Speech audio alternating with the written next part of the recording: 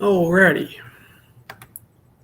While we're waiting on some people to show up, I'm just going to go ahead and say update on my daily walking and whatnot and get that out of the way so I don't have to record later. I didn't walk yesterday. It was misting all day, and I got in John's stream for quite a while. So, but today I done my mile walk not too long ago, so I got that out of the way. What's up, Shane? I got the link to the StreamYard. It's not pinned, but it's right at the very top underneath the pin if you want to come up here. Let me get back in the StreamYard.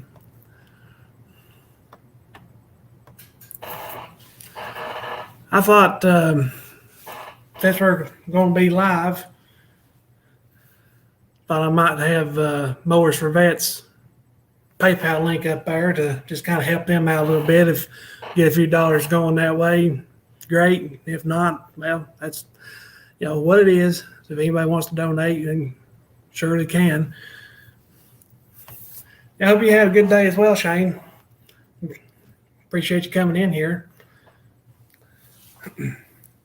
Stuck at work for a few more hours and got to work tomorrow, the holiday, and then finally I'll be off Tuesday and Wednesday.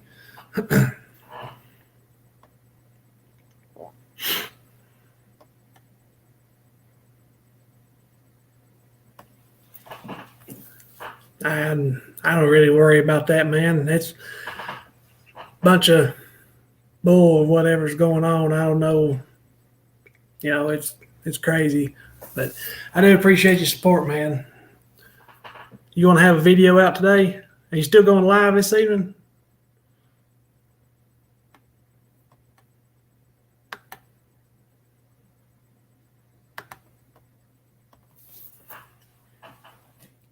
I need to get me a bottle of water. If I can. There we go.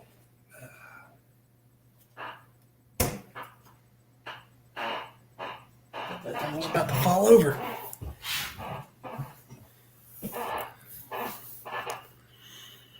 Yeah, I'm trying to find some exercise equipment as well, like a cable machine, like a home gym, and a some sort of cardio machine, like a elliptical or incumbent bike or something there like that. And I've got two options in a town about 30 minutes away that are not too awful expensive. I'm not looking to break the bank, but I'm looking to get something decent, But I want to get something like that to put in the garage. I think I'll have enough room behind the trailer to put it, and I'm going to have to redo everything in the garage. I'm going to have to put up some shelves and get some stuff moved out of that one corner in order to make everything fit. Tonight at 6, okay. I'll definitely be there.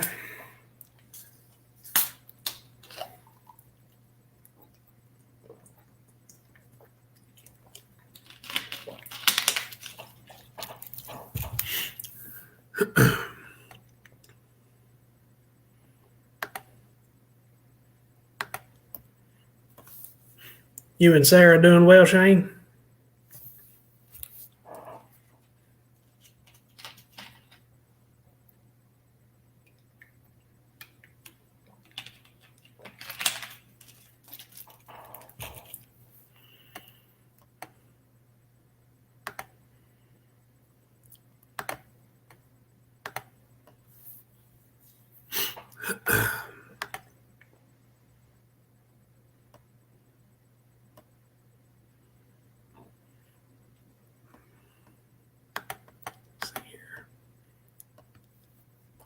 Hello, Vicky. How are you? Happy Valentine's Day to you as well. What's up, John? Yeah, I've seen those total gyms, like the body weight type gyms. My aunt actually has one, but I'm looking for it's like the cable machine with actual weights and whatnot. You know, it's got the lat pull downs, like a chest fly and press and leg extension and all that kind of stuff. I can do pretty much a total body workout with one of them.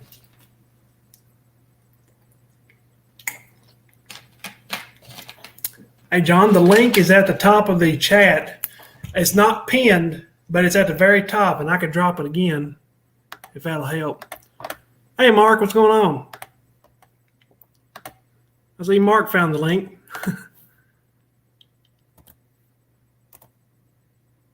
You're muted, Mark.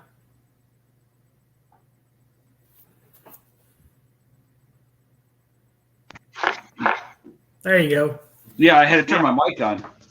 Yeah. Because it's just a small mic, but it's powered, and I turn it off so I don't kill the battery and have to buy another battery. But yeah, I never look at myself before I get online, so my hair is always all messed up. There you go. I'm just gonna say that. So what are you up to today? Not much. Hey, John. Just kind of relaxing a little bit. Doing a little cleaning in the garage still. You know, I go out there, move stuff around, put things away, clean things up, and it's just a slow process because I'm trying to figure out where everything's got to go. Yeah. I was just talking there a minute ago about looking for some, I'm trying to think, exercise equipment. Mm-hmm.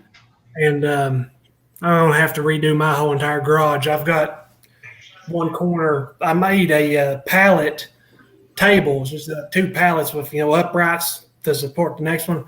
I made that years ago, and it works good, but I believe I've got enough shelves and enough brackets that I can support the weight of like chainsaws and heavy stuff like that. That's what's on the table. I can put all those shelves up and get that thing out of the way and scoop the other shelves I have up, down a few feet, and move the refrigerator and all kinds of stuff to make enough room. Yep. Well, that's, when you're changing your life, when you're changing your lifestyle, you also have to change everything around you because that's, we're doing the same kind of thing, but not, we're just trying to be more organized, I guess is what we're trying to be, or at least that's what I'm trying to be. I don't want to have to keep moving stuff all the time. Do you know how fun it is to move everything in the garage? Constantly moving something out of the way to get to something else, it just gets annoying.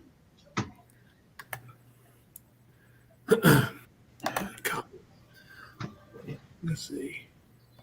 What's up, Drake? John's driving right now.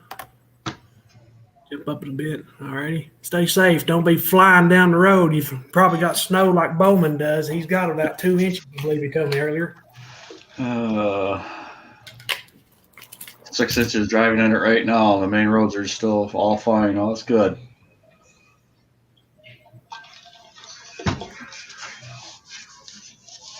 Yeah, it's Shane, I appreciate it. Biggest thing with a lot of them roads is that people don't realize they ice up until it's too late. They're driving in, it's almost freezing and they start driving along, and all of a sudden it freezes. And they don't realize it froze, and then they're still traveling the same speed. And that happens all the time.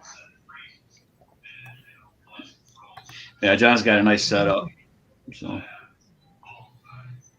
appreciate you stopping by, Jesse.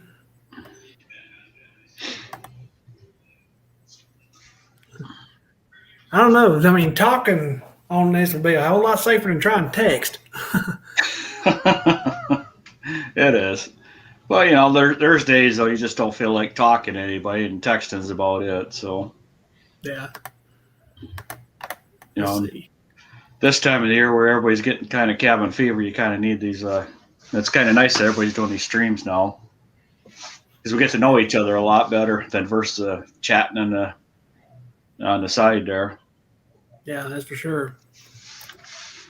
Everybody that's joined, I've got the StreamYard link. I just now put it in the chat. I do have Mowers for VETS link pinned to their PayPal pinned to the top of the chat if anybody would like to donate to that. I figured, I'm doing this. We're just sitting around kind of bullshitting, might as well put a little cause to it. So If anybody would like to donate, it's at the top of the chat, and then I will be running the StreamYard link time to time if anybody wants to come up here and talk. See there, Gorilla Lawn Care? David just answered it for you. That's what we're ready. You just answered it. You started talking just after this that went up there, so it worked out good. Yeah. NH Lawn Care, I'm ready for mowing. I know Vicky's ready for mowing. We're ready to get out, start working up a sweat out and warm. Just the smell of that first cut in the spring. I just can't wait. I love that smell. The first yard you get on to when it's about 65 degrees. It's perfect. Using voice to chat. Yep, that works. Unless you have a Midwest accent, then it's kind of tough because they don't understand that. Mark, are you getting snow? We got about 15 inches of snow in the past 2 days.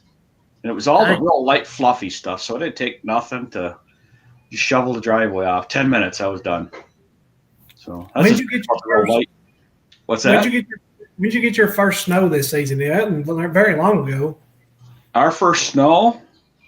Yeah. October, I think. Well, I thought you was talking there earlier. You hadn't got hardly anything this year. No, we haven't had hardly anything. We've had, we would get snow and then it'd melt.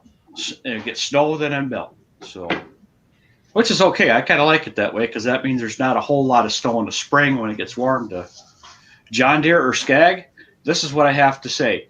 Yep. Yeah. Y'all already know where I stand, but hey, they all do the job.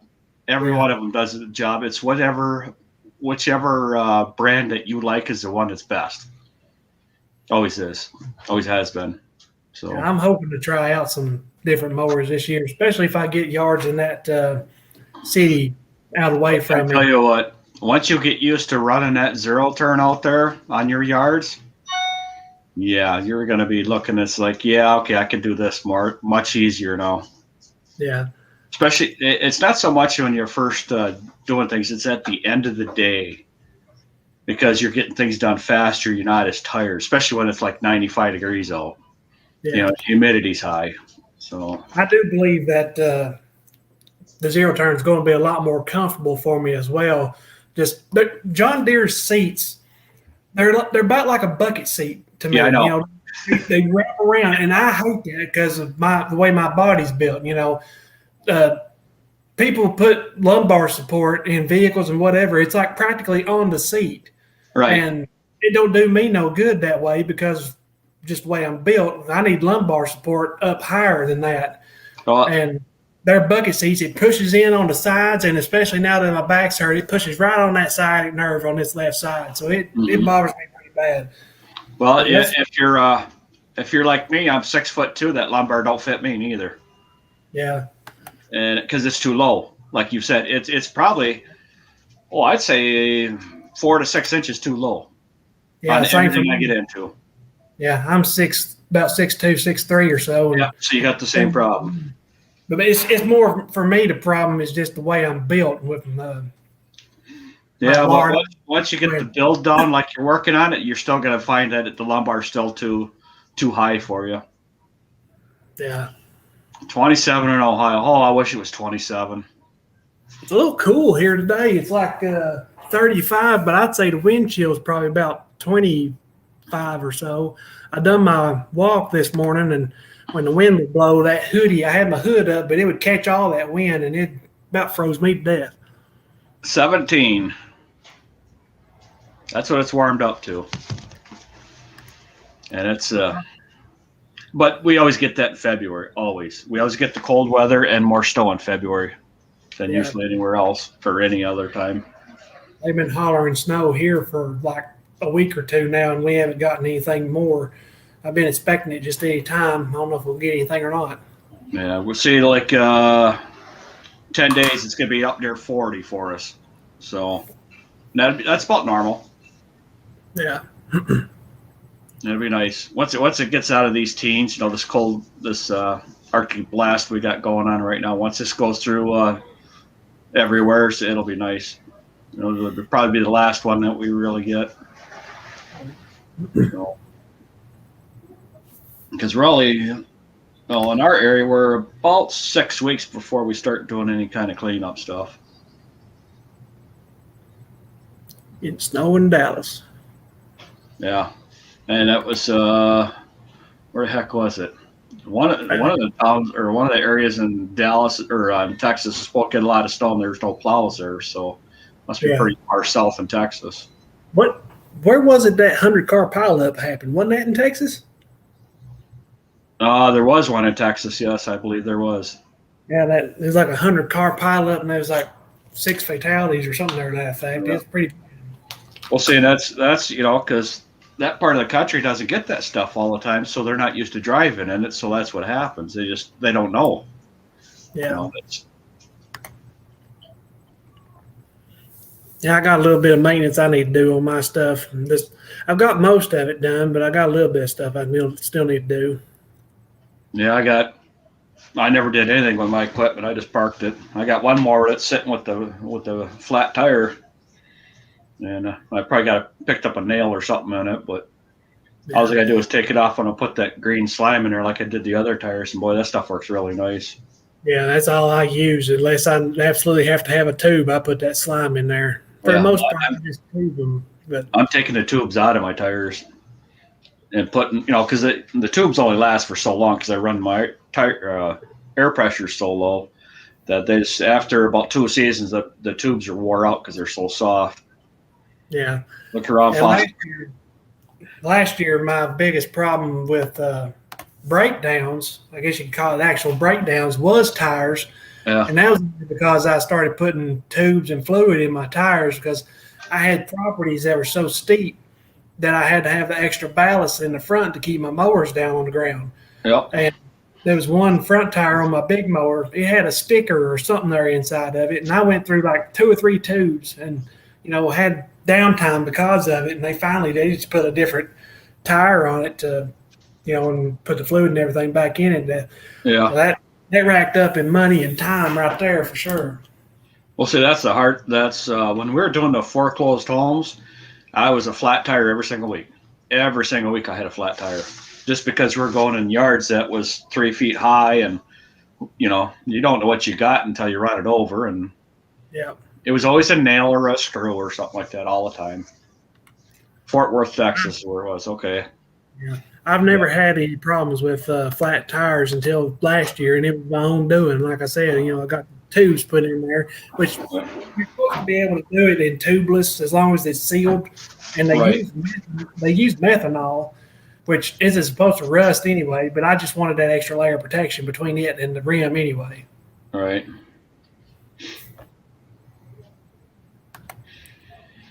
Yeah, it's I was amazed at how fast how well that green slime worked last year. Yeah. Because I had one that the tube was shot, and I says, I'm not dealing with this no more. I'm not dealing with tubes, and then trying to get anything fixed around here is tough because there's only one tire shop and close by in our area. So because the other one went out of business. Well, you put all the customers from there back into one bit. Put everybody in one business. There's just no way they can handle all that many tires and people. It's just too much. Yeah, we've got 2 local tire shops, but only one of them deals with, actually like big trucks and farm tires and different things like that. So they're the only shop local that has fluid. But there is another Kubota dealer, I'm sure, would do fluid and tractor tires and whatnot, but they're like 20 minutes away. So I wouldn't run nearly that far. So I just had to do what I had to do. Yeah, see, it's one tire shop closed because that's where I got all my stuff done. It was because they would drop everything for me because I spent so much money there all the time, with getting them flats and buying trailer tires and buying tires for the vehicles, and I was getting suspension work done there, and I was doing a lot of stuff there, so they just drop everything for me. And when they went out of business, I left a hole in how I did things, so we had to redo things. But yeah, we found another good place right now. It's about 15 minutes south of us, so they're taking good care of us. So that's all we're concerned about.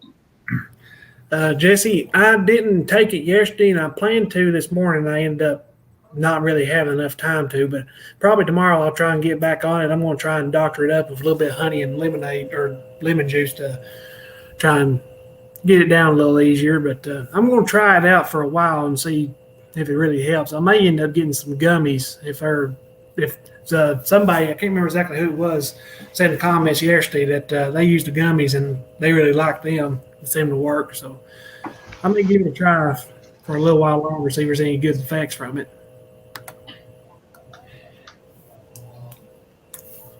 I know we cut our portions down. They're getting less and less because we want to get some back. You know, I put on 20 pounds over since last fall, you know, because we've been on vacation, and Vicky's a very good cook, and I eat everything. So I'm trying to get the little extra weight off for before spring hits, when I got to start picking up all them sticks and everything. And as soon as it gets nice out, I want to start walking the dogs again, which that's looks like 10 days from now. I'll be walking my dogs on a regular basis. So yeah, I was doing real good, and then all three of us, Thanksgiving hit, and we never got back down ever since then. You know, it's tough. You know, because it's so easy to gain the weight and so hard to get rid of it, because you got a habit that you developed over the holiday season usually, because all that stuff tastes so good and you just want to keep eating that stuff. And if you're dieting before then, you think, well, it's the holidays, I want to treat myself. Yeah. You treat yourself all right. You spend the next 3 months getting it off. That's because you're still treating yourself about 2 months afterwards. We all do it, David. We all do it. It's called human nature. Yeah, you got two huge holidays within a month of each other, and then you end up with leftovers to last another month. Yeah. Well, the worst is when you have big family get-togethers when it's at your house, because all that leftover food's got to be eaten. It can't go to waste. Yeah. So, or if you go to a family member's house, you end up eating a big meal, and then you bring back half of it with you. Yeah, because they sucker you into it so they don't have to eat it. That's how it works. They want it gone out of their house because you know they're going to eat it. Yeah. You know, because best thing about a holiday is leftovers. You know, except for like Thanksgiving, the turkey sandwiches are always good, good. Yeah. You just got to get rid of the desserts, get them pushed out the door, because them taste really good too. Yeah. But it seems like almost every year, right about the middle of winters, when I start getting serious about dieting and whatnot, and then about the middle of spring, early summer, I end up falling off of it because I'm so darn busy. I don't have time to fool with it. Yeah, well, see, that's where Vicky plans out her meals for the whole week on Sunday nights usually. So if you kind of plan out what you want to do and kind of get ready for that, then it's not as bad. Yeah. But in order to get where you want to be, it takes a lot of hard work and a lot of planning. So you kind of have to set yourself on a schedule, but don't expect to be able to do this all right at once. It's going to take some time. Yeah. I've got a kind of a goal. I don't have it like put up, somewhere where I look at it all the time or nothing. Because when I do that kind of crap, it never does work for me. So you just get mad at it. Yeah, I think of something, I just kind of keep it in mind, and I just try to do the best I can. If I don't, that way I don't feel so bad about not getting there. You know what I mean? Yeah. But I'm hoping by about the 1st of May or so to be around 400 or under. Right now I'm about 425, I think. I don't know. Because my scale, I can move it 1 inch, and it'll tell me like a 5 to 10 pound difference. So I don't know what the hell I actually weigh. But them things are only good plus or minus of 5 pounds, I always say, anyhow, because you could, that's just the way they are. But you could lose that 20 pounds really fast just by the portion thing. That's it. Yeah. Instead of a dinner plate, go with a salad plate. You'd be surprised what that does. You're going to be hungry. I guarantee you're going to be hungry. But that shuts your mind. Yeah, I really don't eat a whole lot most of the time, especially during this time of year. It's just, the hard part of getting out and getting the exercise because of the weather and whatnot. And that's why I'm trying to find the equipment to do it a lot easier at home. Yeah. But once it gets nicer out too, though, you'll be wanting to do more stuff outside. That's the biggest thing, is getting outside and staying busy.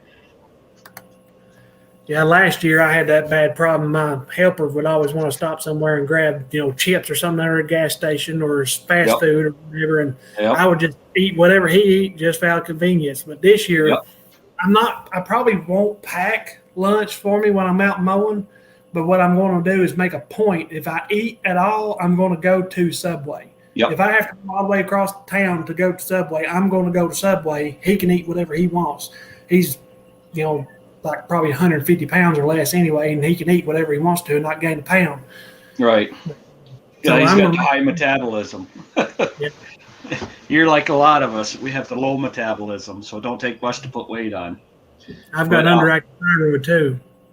I mean, when you're at the Subway, load up on vegetables. Vegetables are free food. You can, it's again, you're tricking your brain to thinking that you're getting a lot of food. With the vegetables are kind of like free stuff. Everything green doesn't cause you anything. So yeah, typically I get the same thing every time I'm there. Like the sweet onion chicken teriyaki on wheat bread.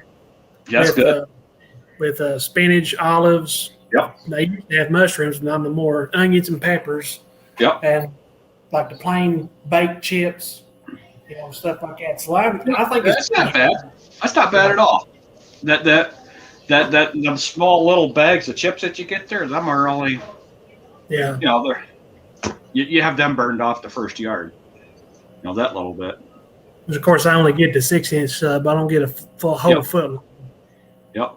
Gorilla Lawn Care 405, 10 years ago, 260. That's good. That's good. I've yo-yoed 100 pounds in the last probably 2 or 3 years. See, when I got out, I went into my senior year of high school, and I quit lifting weights because I think I can't remember if it was 11th grade or 12th grade, going into 12th grade. I think it's going into 11th grade. I was dieting good and working out all the time and everything, and then when I got into school, I was starving myself more because I was eating smaller meals more often through the day, and I couldn't do that at school. So I fell off my diet, and I just lost all motivation. So my senior year, I didn't weight lift. And right after high school, I went straight into college. So I was at home. I didn't have a job. I was at home all day long working on college stuff, and I swelled up. I don't know what I was to begin with. I was up to 515 pounds. Yeah. And I got on phentermine for a while, took it for the weight loss, and I think right about that time I started working part-time, and I went down to about 425 or so, and I've just yo-yoed back and forth between that weight for the last 2 or 3 years. Yeah. Gorilla Lawn Care wants to know how old you are. Yeah, 25. I'll be 26 this October. Yeah, so you got a good head start on this because it's a battle your whole life. There's no way around it. It's just a battle. But you're young enough now where you can fix a lot of stuff where it becomes permanent, where you don't have to think about it. And it's going to take you a while. It's going to take a bit. A lot of willpower. That's the hardest part. Yeah. The hardest part's right here. Right here is the hardest part, getting your brain over it. Yeah. I'm hoping to not have to have surgery to lose weight. That's going to be an absolute last do that. Yeah. You don't want to do that at all because that creates a whole bunch of other issues. Yeah. I've stayed away. Okay, you got a nap already. I've stayed away for the most part from like juices and the sodas and whatnot. I drink just the sparkling water. It's just as bad. It's got aspartame in it, just like the diet soda, so it's not really no better. But if I do have a soda, I do make a point to have a diet soda. But my biggest thing is milk. I mean, my family, my whole entire life, we drink milk for all 3 meals. Yep. And if I could back a little bit on the milk, it would help a lot. Are you drinking the whole milk? Yeah. Yeah. Yeah, we don't like that watered down stuff. Well, I understand that. I understand exactly what you're talking about. Yeah. But it's got more sugar in it anyway. Right. Whole milk does. Yeah. But, It's a habit. You know, it's a lifestyle that you've always had. You know, because that's you know. Did your parents grow up on a farm? Oh yeah, we Yep. still we farmed a little bit my whole life. Yeah. See, and that's why. Yeah, Yeah, farmers always have milk because that was available. That was the drink because that was available for everybody. yeah, it certainly is high in sugar. I like I say, I need to cut back on it some. Yeah. The only difference between milk and you know the sugar in the milk and sugar from elsewhere is you don't get the inflammation from the milk, you know, from that Yeah. sugar. And my dad's the same way. He's 60. I think he'll be 67 this year or something there like that. And he's always been able to outwork me. It don't matter what it is. He can outwork me. He can run circles around me. I don't see how he does it. He can just take off almost speed walking up the side of a mountain, and I go like 10 feet and I'm winded. Yep. Yeah, that's because he's a farm boy. Yeah. They walked everywhere. Yeah, they kind of say that like his blood pressure stays kind of real low because where he's worked so hard all his life, his veins are just, they just pass through him like it's nothing because he's used to, pounding all the time from working all the time. Yep. Because a lot of times, they have to take off, go across the field to get a cow or something like that. And they can't put anything out there because it's all soft, early in the spring. So that's no big deal to them. Yeah. Spend all day cutting bushes or putting up hay or just anything. Yep. Yep. Yeah, I wish they would figure out how to change that and make all the healthy stuff bad for you and all the good tasting stuff healthy for you. Well, you can find some good healthy stuff that tastes good. You just got to find the one you like. Yeah. That's the hard part. Biggest thing that works for me diet-wise has always been low carb. Yep. And because I love bread. I could sit down and eat a loaf of white bread and make a meal out of it. Yes, I know. I know. I know what you're talking about. But no, our biggest thing right now is just portion control, just cutting down on, we're still eating the same stuff, but we just got everything smaller. Like, my downfall is cookies because I love cookies. If there's a dozen of cookies come out of the oven, I can eat that dozen of cookies without a problem and look for another dozen. That's not a problem for me. Yeah. I mean, don't get me wrong. I like sweets a lot too. Oh, yeah. My biggest craving and biggest thing is bread. Bread, bread and crackers and different things like that. Right. You say you don't drink coffee, right? Nope. You drink energy drinks, you say? Yeah, sugar-free energy drinks. I have one a day in the morning. So a couple of weeks ago, I had a monster rehab. That's the first time I've had one in a long time. I was just thinking, I woke up and I think I need something to pick me up. And I felt great that day. I had some energy. Just overall, I felt great. And, they claim that kind of stuff is so bad for you and all this, that, and the other. I don't want to drink it every single day, but especially during mowing season, I may pick up something, whether I get like a pre-workout mix or something there, like a half a scoop of that in the morning or something. I'm going to have to do something because I still have that problem now. Yeah, because we drink a protein shake in the morning, and then we drink about 3 of them throughout the day. Instead of a snack, we have a protein shake. Yeah. And if you drink it kind of quickly, it fills your stomach up, so it gets rid of that. But it's a liquid, so it's not as bad for you, And, and it doesn't have a lot of sugar or nothing in it. So I kind of done that last year. I had those Glucerna carb steady drinks or whatever. I tried drinking them when I was out mowing, and they just didn't help that much. I would still end up getting hungry and whatnot. I tried to use them as like a meal replacement, but it just didn't work out that well. Yeah, that's the Atkins shakes. We grab them a lot. Yeah. The little mocha ones is my favorite. I'm thinking about getting some actual protein, like the pre-made type shakes or whatever, to use as a meal replacement, but I just have to see how it works. Yeah, that's where we get our Atkins. That helps out through the day if we're going to be out for, out in an area that's we're not going to be back for lunch or something like that. And we get that to tide us over till we do get back. Because if we eat lunch late, like today, we ate lunch late, so we probably won't eat much for supper. You know, we'll still eat, but not very much because it'll put our supper late too. So, yeah. Hey, Carlo, I just put the StreamYard link in the description or the comments there if you want to come up. I do have the Mowers for Vets PayPal link pinned. I'm sure everybody in here probably knows what that is. If y'all would like to donate to that, I'm just kind of mention that throughout the day while we're sitting here chatting, figuring, give a little extra purpose to the stream other than just chatting around or whatever. So right. At the top of the screen or top of the comments there, pinned if anybody'd like to donate.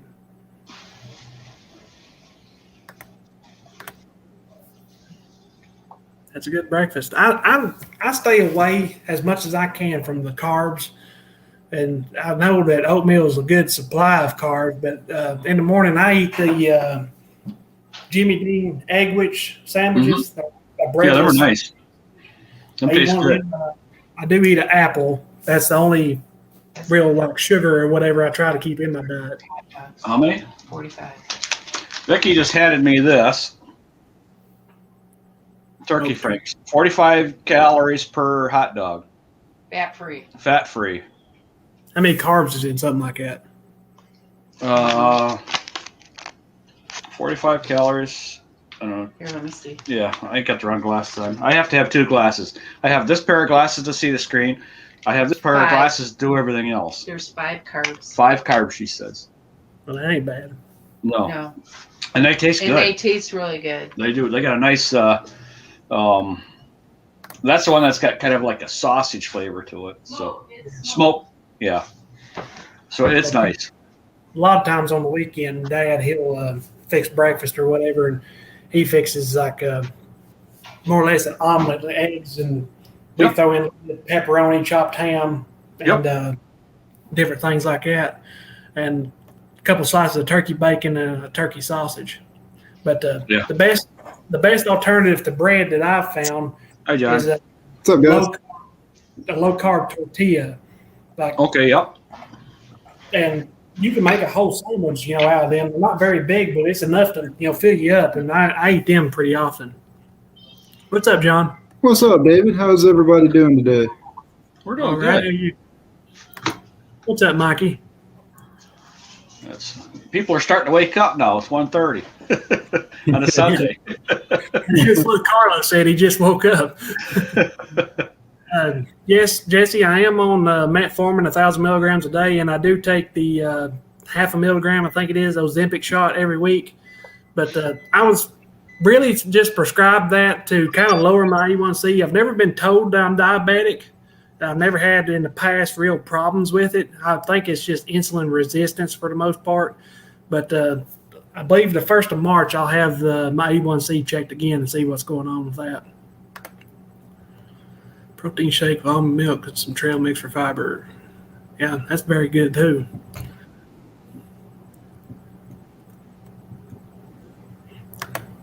So what's everybody up to this fine, beautiful Sunday morning? And Drake, for me, carbs matter. Carbs pack pounds on me like crazy, man.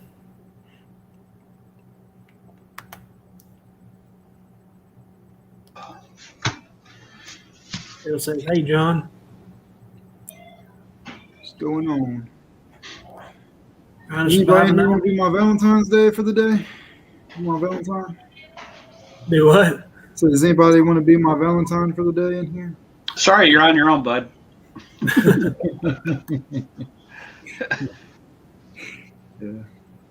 What's everybody doing today? Doing good. Doing really good. What's up, Gavin? Oh, you let this guy in.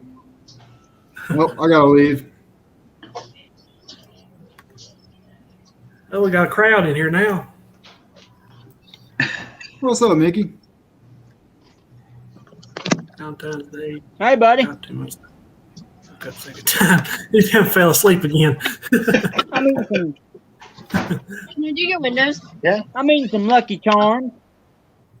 Eating Lucky Charms. Everybody's just woke up in the middle of the day, ain't they? Eating breakfast and everything. Well, now I've been up. I've been on the road. I went and gave an estimate this morning. Really, it's my lunch. I'm trying to stick with the 24 split for intermittent fasting, so it's already past my lunchtime. Yeah. Looks like Bowman's got more snow than I do yet. Right. It I is hope I get it. freezing. I told him $400. Those leaves have been laying there, man. Yeah, It's gonna be a damn mess. Don't look like you're going to find a Valentine in this See, stream. The thing is there, David, the people hollered at me back in November. Want to know if Yeah. the leaf cleanup was still available, and I told them, yeah. Said they'd get back with me. They did. They got back with me this morning. How many months ago has that been? Coda. Yeah, they wanted to wait till every leaf was down, didn't they? Yeah, and they're going to pay for it. You got to think the bad winter we had, them things are going to be saturated.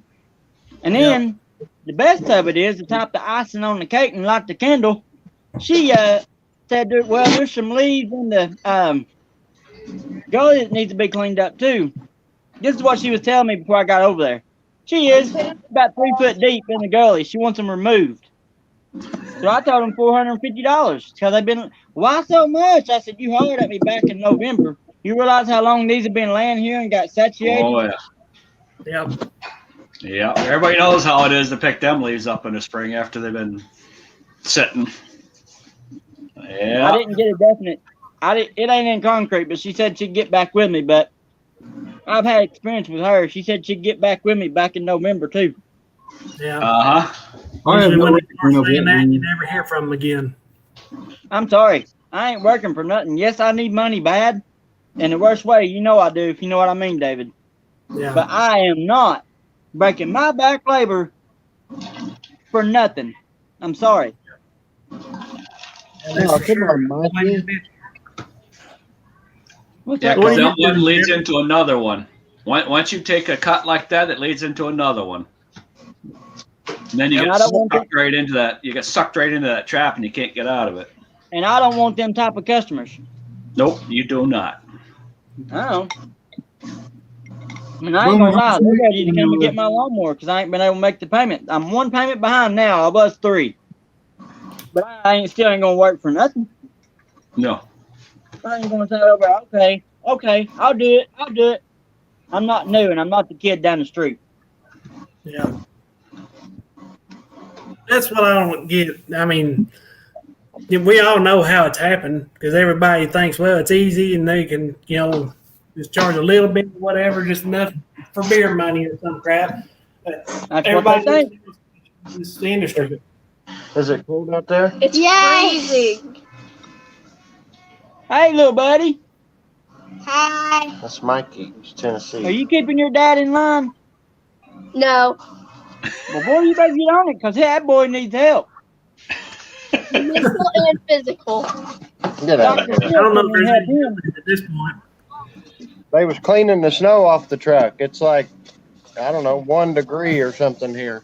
Yeah. Okay. How much snow do you have so far, Gavin? Huh? How much snow do you have so far? Probably, I don't know, maybe 1.5 inches, maybe.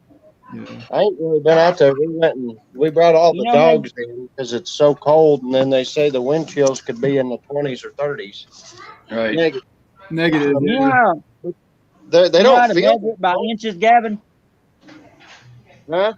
You know how the best way is to measure it by inches? Listen to the news, and they'll tell me how much I got. What dadgum dummy don't know nothing? Look, Freaking each one of these things in your hand is 1 inch. Just stick it down in it and see what it comes to. Then you know what you got. That means I got to put my hand in the snow with no glove on, Mikey. You Oh, try, my baby. goodness.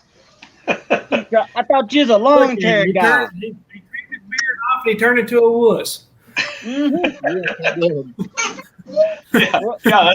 Yeah, he took his beard off. He's a city boy. Hey, it ain't hard to have a lawn care business when your wife does all the work and you run the camera. If I knew I could get more subscribers, I'd go do a snow angel right now with short sleeves on. You never know. Yeah, you I never think know. I'd have to have more than just some free subscribers. Oh, John timed out. But you're gonna have to give me the subscribers before I do that. It's not me do it first and then get the subscribers. Well, I'm Well, going to no, say it'll this. be entertainment. I'm going to say this, and I really didn't mean to go off on Dr. Real the other day. Mark, did you see my video the other day about Dr. Real? No, I did not. I don't. It's it's very, very harsh. It's very, very mean. I was one of the guys he was dragging through the mud, and I didn't appreciate that. I may have overreacted a little bit, but let me tell you something. Since I did that video, I'm not bragging now. It's probably been about 4 days. I gained freaking 15 subs. Or better. Oh, Well, hey. I wouldn't say 15. I was at 276, and now I'm at 290. So you got That's like 14. when I asked. And the things got over. Mikey, I wouldn't worry about it And the now. things got over 400. The things got over 400 views. Yeah, people That's kind of like. I kind of like. And I'm not going to get on here and bash anybody if I ain't got a reason to. But Morning, Mark, or afternoon for us. go ahead, What is David. it? Trucking down under, he was saying good morning to him. It's like 5:37 a.m. on Monday where Mark's at. It's That's crazy. just the way it works. Jesus Christ. That's dedication right there by Mark. He's a good guy. He asked me before when I go live. I told him, 1 p.m. my time, and he's like, "That's like 4 a.m. in the morning. Forget that." But he showed up anyway. Yeah, the dogs weren't really that cold. Like when you touched them, they weren't cold. I wish I knew, how cold they actually were or weren't. Yeah. I don't want them in here, but I'm not going to have them outside freezing either.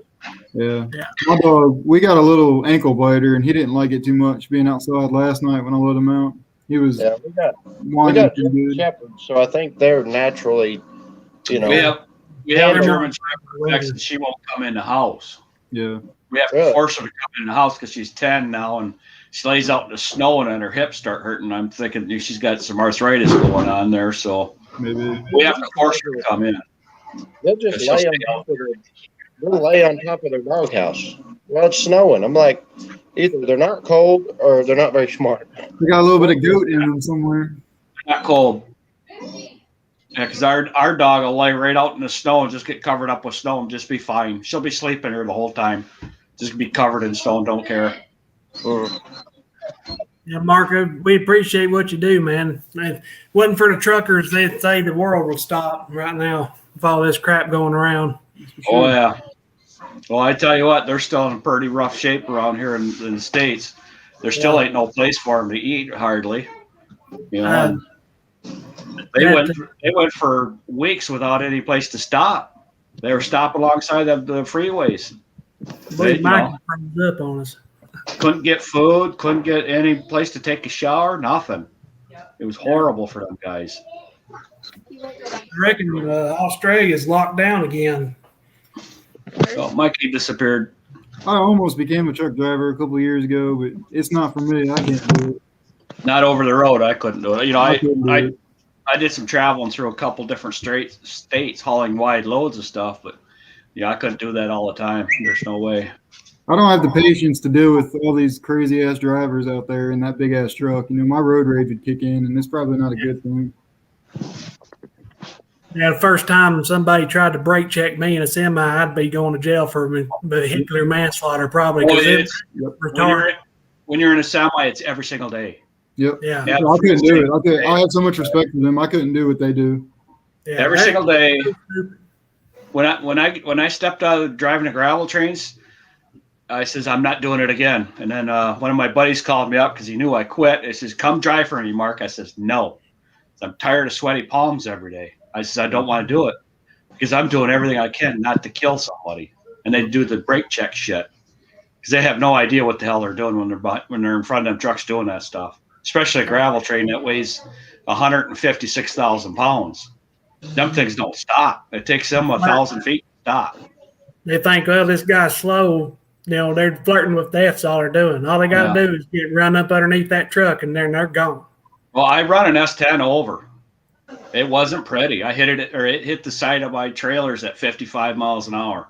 It was not pretty when it was done. There was nobody in it, but it rolled out of a parking lot, and I wiped it out. Oh, that'd have gave me a heart attack. Just I was knowing that if somebody was in that, it would be over. I was pissed. I would too. You know, because I'm coming up. You know, we're on a dead run. We got a time schedule. You know, we had to haul 3 loads, and it was a 500-mile day. And when it rolled out of that parking lot, I said, "What the hell? Can't this guy see me?" And I realized there was nobody in it. So I was there for 2 freaking hours, and I lost a load that day because of that stupid accident. Yeah. And the guy was pissed at me because I totaled out his pickup. It's like, well, it's not my fault. Yeah.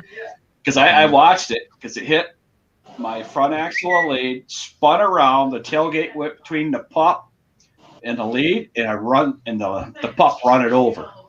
And it spun off into, just spun around a couple times and went off into the ditch. There was pieces, parts everywhere. It was a mess. Man. Imagine. Well, guys, Probably looked like a monster truck ran it over. Well, we appreciate you coming up here. We got to run to the store. I got to get my coveralls on and bundle up in case we break down. We're still a little warm, so. Yeah, take a blanket with you, too. Yeah, they take a blanket too, and they're, just in case something happens, you don't.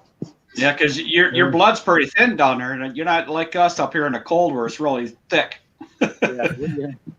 Well, you wouldn't have that risk if you didn't drive a Duromax. Take it easy, brother. Like 6 months for it to get warm too, but they're not coming after people unless there's an injury in an accident. Right. They ordered that this morning. Unless there's injury or something, they're not coming. You just say, "Yeah, I hit my head." Yeah, I don't feel good. Yeah, I think there's something wrong. I don't feel good. I gotta get going. We'll see you guys. All right, See you later. Thanks for coming up, Gavin. See you later. What are you guys' thoughts on battery hedge trimmer? I love mine. I've got the They're great. Toyota trimmer. Great. I don't own one, but a buddy of mine's got one, and he loves it. And I used it a couple times, just a couple bushes around by his house, and it's nice. Yeah. No earplugs. They're light, and they last quite a while. The only hedge trimmer I got is just the attachment for the combi, and I don't have no jobs at all for that kind of stuff. But if I get any this year and justify the need for it, I'll probably pick up a Milwaukee or something there. The handheld trimmer, hedge trimmer. Yeah. Probably not the pole trimmer, just a handheld trimmer. See, I got the attachment for my Echo system I got there, and it's I use that exclusively all the time. But it would be nice to have one in the small bushes. And that one works pretty good for you there, Mark? Oh yeah, it works really well. I'm wanting to get one hopefully this year. I've got my Toro hedge trimmer, the battery powered one, but I needed something to reach up high. So last year I went cheap and bought the cheap knockoff brand from Lowe's or whatever. It was like $78 or something like that. It worked all right, but it definitely struggled. So I was looking at, because I have a PAS Echo, so I was looking at getting the actual hedge trimmer attachment for it this year. Yeah, because a buddy of mine's got the Stihl, the hedge trimmer, the stick hedge trimmer there, battery powered one. He loves it. That's all he uses for brushes now. Because the whole thing is quiet, it's light, and it's nice to be out there and not have to have earplugs in or headphones on all the time. My battery lasts a really long time too on my Toro. Yeah. I mean, I barely charge it, and I could go a whole week doing brush cutting, or doing hedge trimming and stuff. But I don't do that much of them either. Right. Well, I would like to try a battery weed eater, like the Milwaukee weed eater, but I just don't know if I'm going to have enough. If I could justify, $300, $400 for a battery weed eater when I could get a gas that'll last like forever. See, and that's the thing, is the price tag on it's quite a bit, but it all depends on if it fits your lawn care or not. Because if you're if you have a whole bunch of smaller yards that there are hardly any trimming on it, that's the way to go as a battery because, you know, there's no maintenance on it. You know, just plug the battery in, away you go. I actually used my hedge trimmer last year to do some brush cutting and actually pull brush away because it works real good. Just get down low and just keep going. It cuts it out pretty good. Probably not supposed to, but I did it. Got the job done quick. The thing, I've got what they call a grass trimmer. It's basically a short hedge trimmer. It's got like a nose guard on it that Stihl makes. Nobody around here carries the actual hedge trimmer. You know, it's like a 24 or something there, big old hedge trimmer attachment. Nobody around here carries them. I don't know why. Like I've looked around all my Stihl dealers and they've never have had one. I don't know if they just can't keep them in stock, don't have enough need for them or what. What's up, Long One? Okay, I got to take off. Vicky says my lunch is ready. Right on. You guys have a wonderful day. I appreciate you coming up there. And if you're bored, you could come up with me tonight at 8 o'clock. 8 o'clock? Okay. So, I'm and then, trying to catch it at least. What's that, David? I'll probably try and catch the stream at least. Okay. Yeah. I'll see what I can do. That sounds really good. So you guys have a wonderful day. All right, take it easy, man. Hopefully I'll see you later. Okay, sounds good. See you later. Bye. So what's on your agenda for the day, Mr. David? Run the clock down so I can go home. That's right. You're at work. Yeah. Yeah. I got to work tomorrow for 8 hours too. I can't wait for Tuesday. Hopefully I can get something lined up and try and get some exercise equipment and get the gym. I get the garage all sorted up and changed around to fit that kind of stuff in there. That'd be pretty good. Everybody that's joined here lately, at the top of the chat, I've got the link to Mowers for Vets PayPal. If anybody would like to donate to that, I'm sure Floyd and everybody will appreciate that. I just thought I'd add that up there to kind of make awareness for it, I guess you could say, and hopefully if we can make some money, you know, that's great. Just to add a little bit more purpose to a stream other than just chatting around. So it's up there if anybody would like to donate. He goes live Mondays, right? Monday mornings, Mondays and Wednesdays? Monday and Wednesday at 9 a.m. Eastern. Okay. So 8 a.m. my time. I need to try. I'm hoping to catch his tomorrow. I've been trying to catch one, but I can't ever catch it that early. Yeah. I think he's in the same time zone as me. That's when it comes up for me is 9 a.m. So around 8 a.m. or something there your time, you may want to check just to see if he's live or not. Okay. If I'm even awake then. I probably will be. Actually, I'll probably be up early for the snow. I may look into something like that, Jesse. So what are you doing today? Me? Well, today I just got back in. I have to go back out later to do more grocery shopping. That's always fun. And then I'm watching the weather because I'm trying to figure out when do I need to go out. At what point do I need to go plow my few customers, shovel out their few yards, and do I need to resalt again? But it's supposed to snow all through the day and into tomorrow. And last I seen is it's supposed to stop around 11 a.m. tomorrow. So I'm trying to figure out when do I need to go out based on how much snow we're getting because we're not getting that much snow. But then again, I also heard we're supposed to get up to 6 inches. So I'm like, well, shit, when am I going to need to go out? Yeah. What was you talking about yesterday? Is like some of your commercial properties are requiring you to start plowing or something or what? Yep. So I got the call Friday. A couple of my commercial properties that I do, they're wanting me by next winter time. I have to up my snow plowing game because they called me Friday wanting me to come out and do it. And I was like, well, you're a little bigger than what I can do because I mean, they're apartment complexes. There's 3 of them. And then there's one big, some kind of facility, like warehouse facility that I'm picking up this year. They want me to snow plow by next year. So I've been pricing it out and talking to some guys. I think I have an idea what I'm going to do on the budget side to where I can still efficiently get it done. I wonder if anybody's actually like commercially on a somewhat big scale, not, you know, huge or whatever, have used that hitch and plow like I told you about yesterday.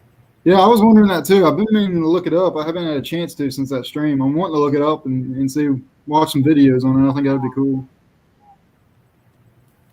I'm excited for next year though. I mean, at least I know I've got, if I do make the expense to get into the snow, I've at least got, some customers there potentially. So it's not like I'm taking a shot in the dark. 'Cause we don't get that much snow out here to really justify me buying a plow right now. But if I got customers saying, hey, to keep our business, you have to have a plow, I'm like, all right, well, now I'll justify it this year. I'll save up, and by wintertime, I'll buy one. And I'm probably going to work it out where they have to do a contract with me, where they have to pay me for X amount of snow, regardless of whether we get it or not. I believe Myers makes a home plow that you just put a square 2-inch hitch on the front of your truck, and it just fits into that. I think you can get like a whole entire setup for like less than $2,000 brand new. I was looking at it. The only problem I don't like with it, the one I seen for my truck anyways, for that, it was Myers that made it, I believe, was it's not powered left and right. It's powered up and down by a winch, but I have to get out and pull a pin and readjust it to the left or to the right. And I don't really like that. I don't want to have to jump in and out of the truck constantly. I think the ones I looked at on Amazon were powered angle. I'm not sure. I'll have to check it out then. The one I seen, it was like $1,600, and that's what it was. All it was it goes into a 2-inch receiver in the front, and it's winched up and down, but you had to pull a pin to make it go like that. Yeah. There's your question. I only do 3 right now because I'm pretty small. So I only do three properties, 3 driveways I have to shovel, but one of them is like a 6-car driveway. If you put enough cars in it, one of them's pretty big.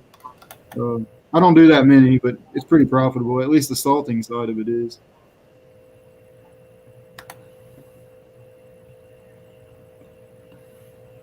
I used to use a red. Yeah. That's what I used to do it back when I was a kid. I used to use a red Solo cup and sprinkle some salt and stuff. But What's going on, Eddie? I just put the StreamYard link in the chat there if anybody else would like to come up here and chat around. What's up, Eddie?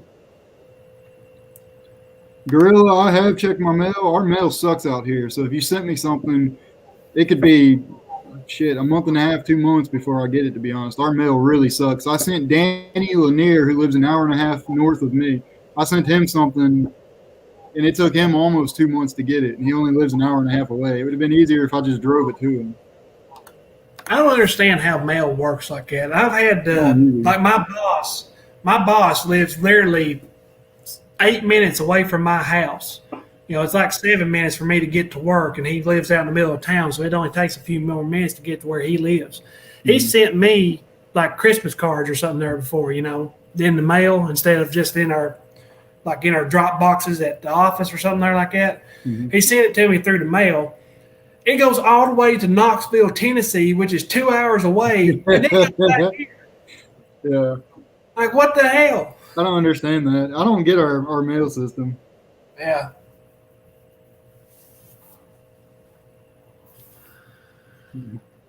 Yeah, girl.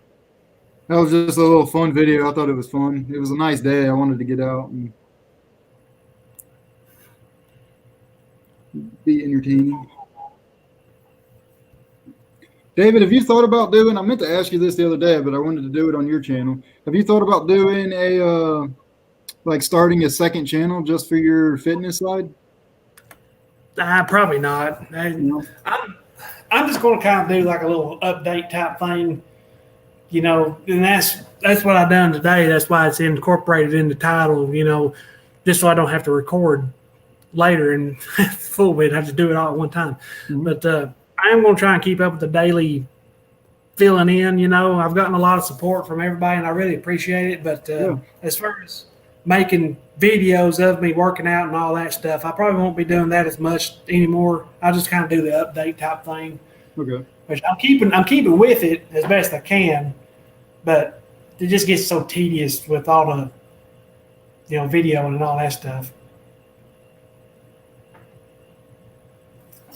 I need to make a video about my truck tires sometime and try and maybe get some more opinions. That's my tread looks a little thin to me, but it may not be too bad for some people. I don't know. What's up, Eddie? What's going on? How y'all? Good. How are you? Trying to get down the road. It's nasty as hell out here today. It's still raining? Yeah, it's about 40 degrees, raining. Yeah, not too good. Yeah. You're pretty quiet. I don't know if you can change that or not, but I can hear you well enough, but I can hear you pretty quiet there. Oh, maybe if I come a little closer. There you go. I can hear you a little better. Okay. Yeah. So, how y'all doing? Not Doing too all bad. right. Just out here chatting. Yeah. Good day for that. Yeah. I'm stuck at work, so I ain't got nothing better to do anyway. Well, days like today, you don't want to be outside instead of being inside working anywhere else.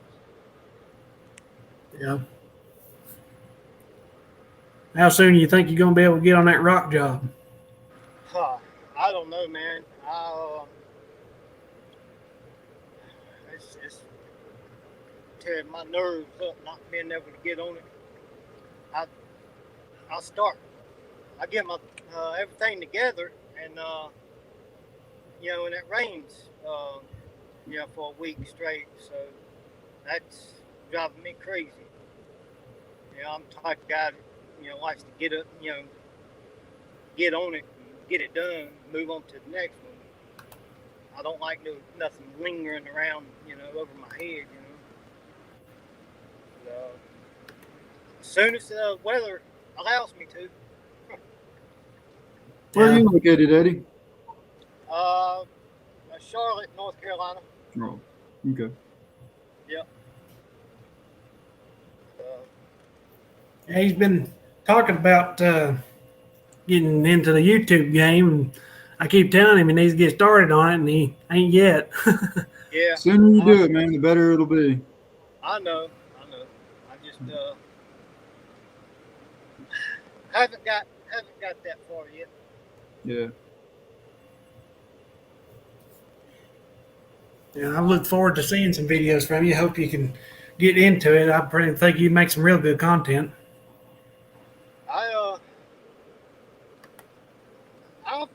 I've been thinking, of some content that I just hadn't done it yet. I mean, even something simple like start out with your lawn care setup video or something there like that. Just walk around, talk about your equipment. That'd be a real, simple and easy video. And that gets a lot of views That'll too. be your best video, too. Yeah, that's what Danny Lemire said. Yeah, I thought about that. I'm like, well, get everything spread out in the yard, and have a overview of everything. I need to do that. You're right. I figured you like my hat, man. You like that? Oh yeah, Yeah. yeah, hell yeah, John Deere all the way, man. Yeah. A lot better than that X-Mark crap. Oh, I don't know about all that now. Yeah, I don't know about that either. I'm an X-Mark guy myself. Oh yeah. They've There's a guy. There's two guys local to me that they run Skag primarily, but for their walk behinds they run X-Mark, and both of them say the same thing. They don't cut the best, but the X-Mark walk behinds are better than the Skag walk behinds. That even one guy even said his dealer told him, if you want to walk behind, to go with the X-Mark. I thought that was pretty surprising. I've never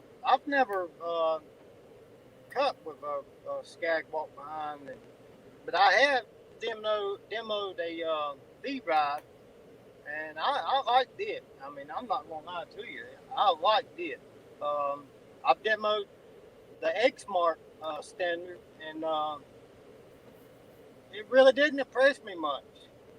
But then, that Stars. Yeah, that Stars. Yeah. And my dealer, they sell X-Mark, and they started selling Gravely, and I demoed the Pro Stance Gravely, and that's what I bought. Yeah. I like it. So the control. Yeah, there's a lot of people that just ain't really impressed with that Stars. I think it was yesterday we was talking about that, wasn't it? They just kind of stopped promoting it or whatever. They're not really pushing it, somebody said. And I'd say it's probably because of all the negative feedback they're getting, especially through YouTube. I don't think I've seen very many people say anything good about them on YouTube. Yeah. Well, one thing that hurts the stars is the price. I mean,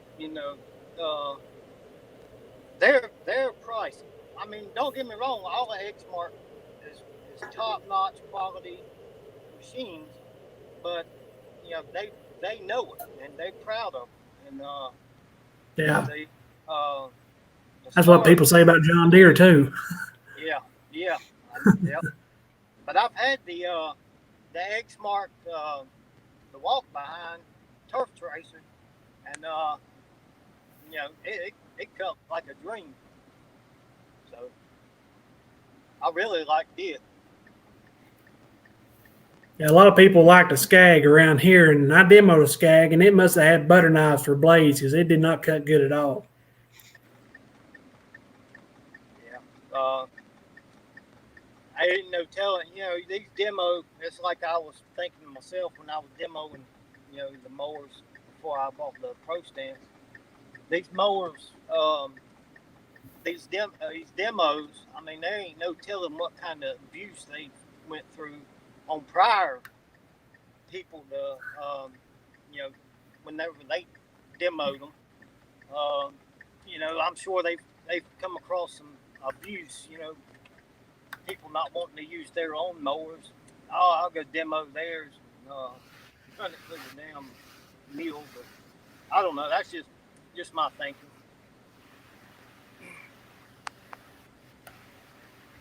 I'm hoping to try some demos this year of all different kinds of standards just to see what I like and just to make videos on them. I demoed the right, the V-Ride, and the Stars, and the Pro Stance. And the Pro Stance, I really liked it. The right, I wouldn't have a right. Doing what I do, in my area, I wouldn't have a right. And a lot of people's got them in my area. But me, personally, I wouldn't. I'm not going to buy one. I really want to try a ride. I just stood on one when I was down there. I didn't drive it. I should have, but I did drive around the Skag, and I don't think the Skag was all that comfortable. It was a 61 inch, and it's still reared up with me, which, go figure considering how big I am. I know I'll have to put weights on the front of one if I get one at all, but I wanted to look at them rights again because I just stood on one for a few seconds or whatever, and it was comfortable. I think it was more comfortable than what the Skag was.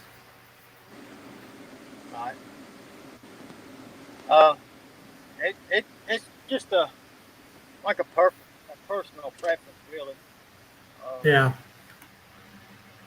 And what you're going to be cutting, you're going to be cutting, tall fescue or Bermuda or, just depends.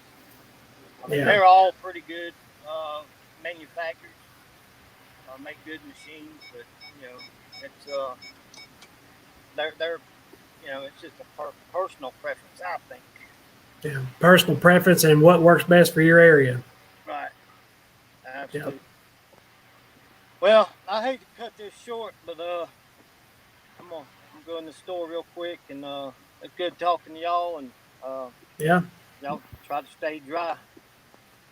Yeah, it ain't raining up here for right now, but it may end up blowing something in sometime. But I appreciate you coming up here, man. Yeah, man. Take it easy, man. Y'all have a good one. You too. You too, buddy.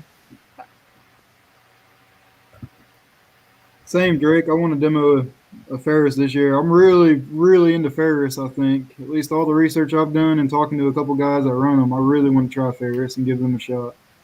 Yeah. I know I'm sure the John Deere standard is cheaper than the Wright. The thing is, I don't know really of what local Deere dealers actually carry a standard. My most local dealer, they don't even carry walk behinds. They can't sell them. And I guarantee they don't carry standards because of the same reason. But there's another Deere dealer, a couple more, a few towns over from me, that I would say could get one. Well, I mean, of course, mine could get one, but they might actually have one, but it'd just be easier for me to go to the right dealer and try a right and then go buy a John Deere if I'm going to go with anything like that, because it's the same thing. But I'd like to try different things. See, locally, I've got a Bad Boy, Spartan, and Gravely dealer. They're all three in one dealer, and they won't let you demo nothing. And they have had the stand-on from Bad Boy, and the platform on it is just too weak. And another guy local to me has tried them and stood on them, and he says the same thing. The platform's too weak, which I don't know if it has adjustable suspension or not in the platform. I doubt it, but they're just too weak for me. And I wish they would let me demo them, which I might try and drive a Spartan, because that Wright dealer is the Skag, Wright, and Spartan dealer, and the Spartans have a super comfortable suspension seat. They didn't have the new standard there at the time.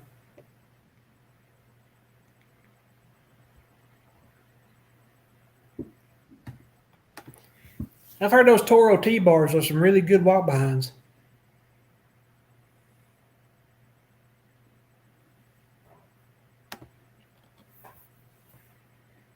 I'm definitely wanting to try some kind of hydro walk behind this year, just to compare it to my belt-driven pistol grip walk behind, just to see how much am I really missing out on running something good.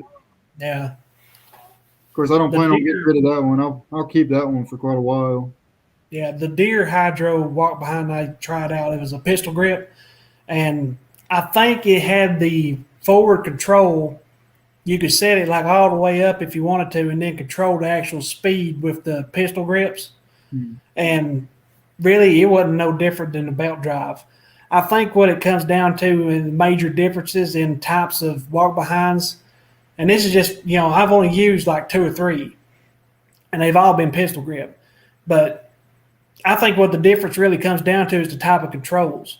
Like I'd say, my belt drive Toro would probably be inferior to a Skag SWZT just simply because of the controls. I'd say it would be a lot easier to control and a lot better. I've not used one. I could be completely wrong, but I just think those types of controls would be a lot easier, a lot better than a T-bar, plow handle.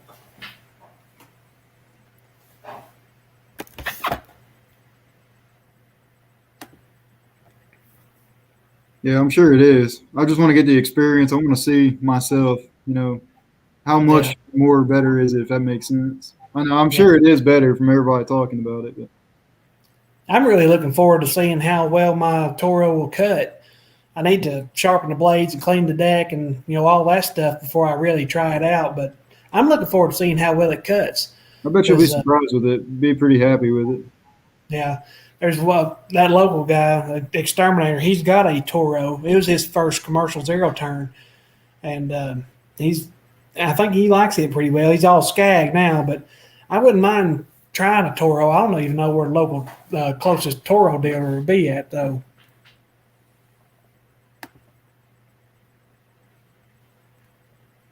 Yeah, your belts gets wet and makes it about impossible for them to move. Yeah. So I think my belts, I need to go out and look at it. My belts, they're like grooved on my walk behind. They bite down. It's almost like they're timed almost. So they bite down onto the drive wheel. I don't know how to explain it, but they don't slip at all when they're engaged anyways. If I, start to put the brakes. Your belts are like serrated. Yeah. If that makes sense. You know what I mean? Like they've got teeth. Yeah, I know it. Yeah, I don't know exactly why they make them like that. If it's for grip or if it's maybe like the way they wear. That's probably that probably be what it is, because they're going around the small pulleys and stuff. If it's a regular belt, it's liable to start cracking or something there. So that's probably what it is, to make it easier to go around tight corners and stuff. Yeah. I know them seat belts are expensive though. Yeah. I know. I looked them up to try and replace them. They're old. They don't quite need to be replaced, but they're old. I would like to have spares, but they're expensive. I don't remember what the price was, but I was like, I don't really use this that much. I'm like, no, I'm good. Of course, the day it breaks, I'm going to be screwed not having one, because that son of a bitch is heavy to push. I mean, I would get just 2 regular V belts for a pinch, that would work. Yeah, that would work. Yeah. Just make sure they're the exact same size. I don't see what the difference would really be. I mean, especially in a pinch, but yeah, they call what it looks like a double V belt. They call them a C belt. Okay. I need to try it. I need to get something, especially if I'm going to use that as my backup mower. I know that thing's a beast. I hate using it, but the wheels will spin long before the belt slip. I've never seen the belt slip on that mower. Yeah. I can't say anything for Echo, but if you get a handheld blower from Stihl, go with the BG50.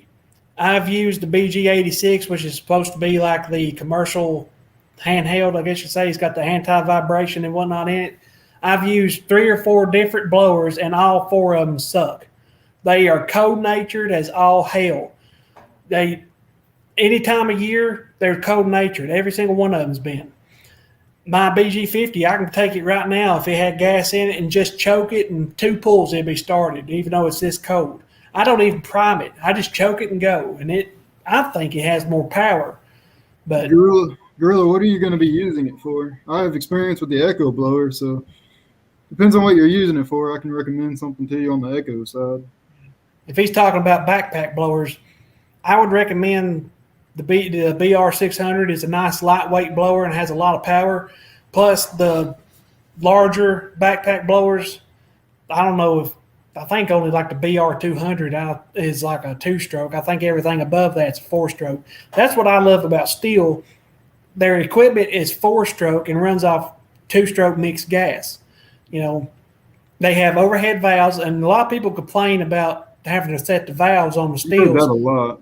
Yeah, I know I don't mow a whole lot or whatever, but I never have a problem with my valves. I've never had mine adjusted or nothing. And the only thing I've ever done is just replace the air filter on my Stihl. That's it. I've not replaced a fuel filter yet or nothing, just the air filter, and that's it. And where they're 4-stroke, they last forever on fuel. I can run all day long and not fill my weed eater up. Damn, that's pretty good. I've got the 770 as my main backpack blower I use for just about everything. If it's a big property, I use that, or if it's leaf cleanups, I really use it. Yeah, that's one complaint. That's the only complaint I really have with that blower is that thing. She drinks a lot. She sucks through some gas. Yeah. What's up, Matt? Yeah, I've used the Husqvarna 525L trimmer, which is a 2-stroke, and it's a very lightweight trimmer for sure. I like it because of that, but it's gutless. It just don't have enough power, except for maybe weekly lawns. But my buddy swears by the LST, Husqvarna LST. He says it's the best trimmer on the market.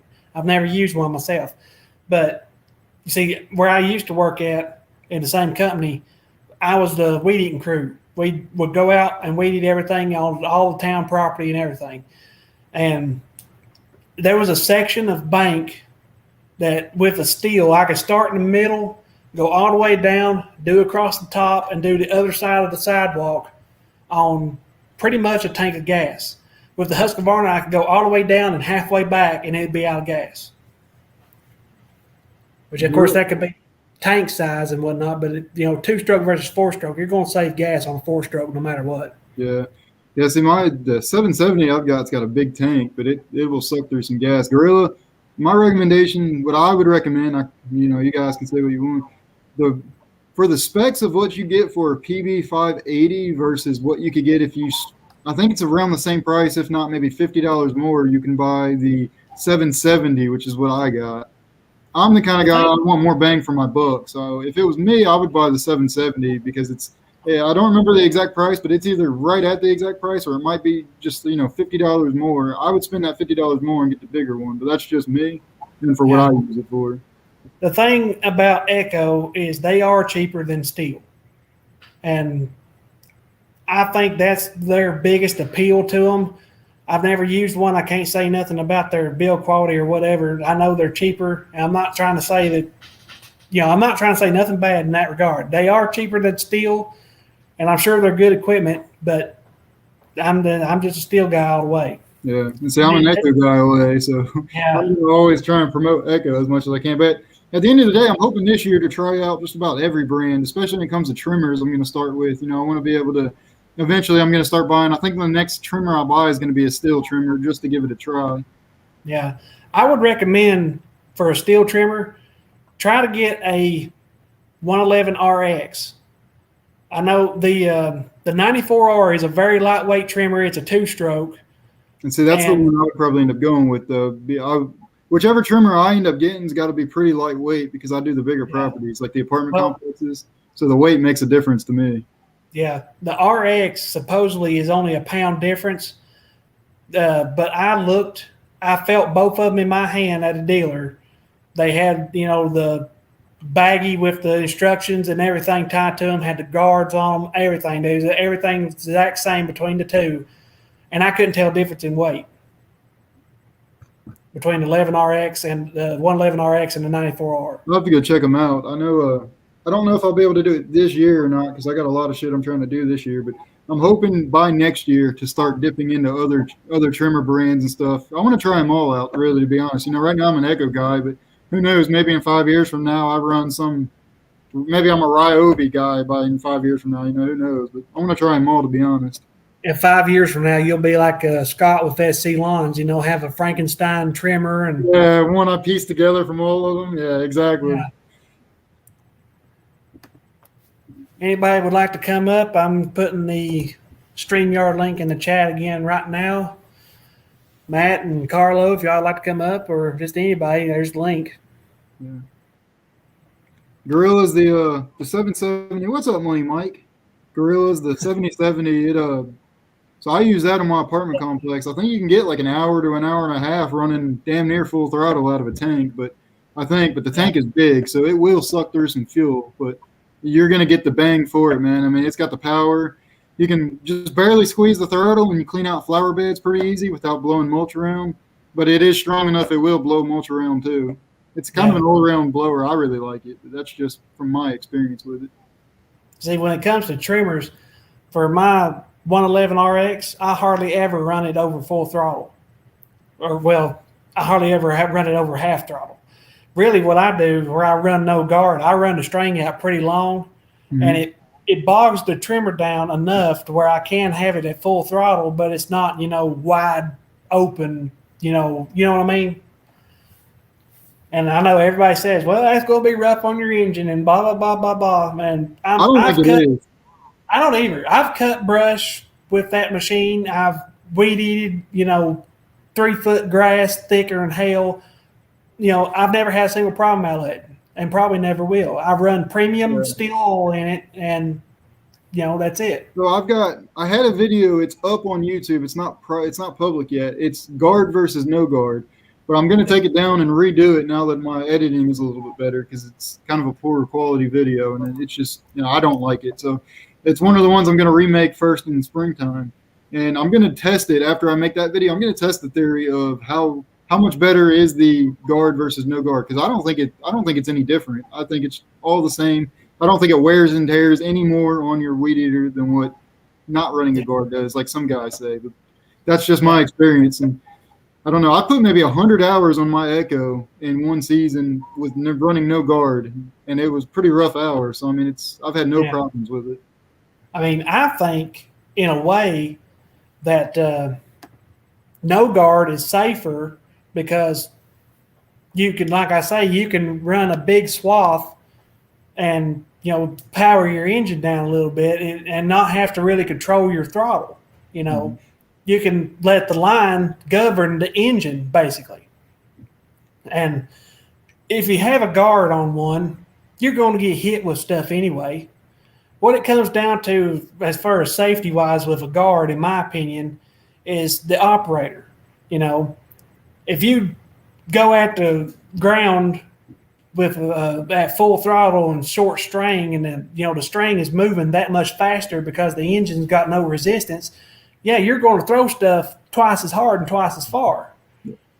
But if if you're able to control your throttle good, and then that's what it comes down to. See, I'm echoing for something. Just started. Do you hear an echo? No, You don't hear an echo? Hello. No. No echo on this end. I had a pretty big echo there for some reason. Okay, well, Yeah, whatever. no echo on this end. All Stihl over here. Yeah. So my thing is, the one thing I learned this year, here's my thing with throwing stuff. I feel like you should be paying attention enough to where your line is and see what's there. You guys, okay, sure, the first time you go to a property, you might not know where, that little hidden rock is or something like that. But, when you go to the same properties every time, you kind of have an idea on where the rough stuff is, or where you're going to hit something. You should be paying attention. I always see the way I weed eat. Some guys say it's wrong, but the way I weed eat is I want the debris blowing back towards me. It might sound bad, but I want it coming to my legs. I will not throw rocks and stuff or shoot debris up at houses or up at cars and stuff. So the way I weed eat is I weed eat where all the debris is blowing back, to where even if I hit something, it's just going to pelt my legs. It's not going to go up on the rocks and stuff or go up on the houses and stuff. But that's just the way I do it, and it's worked well for me. And like I say, I've weeded for my full-time job and then doing this, of course. And a lot of the banks and whatnot that we've weeded in town are rocky and have a lot of, broken up small pieces of rock in them. And I've hit myself with stuff, but I've hardly ever thrown anything hard enough or far enough to hit anything or anybody else because I can control my throttle and how I do it. Now, I'm so used to bi-weekly growth and very thick growth. Yep. The way I cut is I'll swing to my right with the trimmer up a little bit higher, and then when I come back, it's lower, a little bit lower. And I can do that, and some people may think, well, you're cutting, the same area, same swath twice. Well, I'm only running at half throttle, and the trimmer handles it better, and I'm able to get a carpet-like cut just about as fast as anybody can. Now, my helper, he favors the throttle quite a bit. And my dad, he's the same way. I don't see how he does it. Each time he makes a swing, it's like, round, round, round. And I don't see how he does that shit. I've tried that before. I keep the RPMs the same the whole entire time.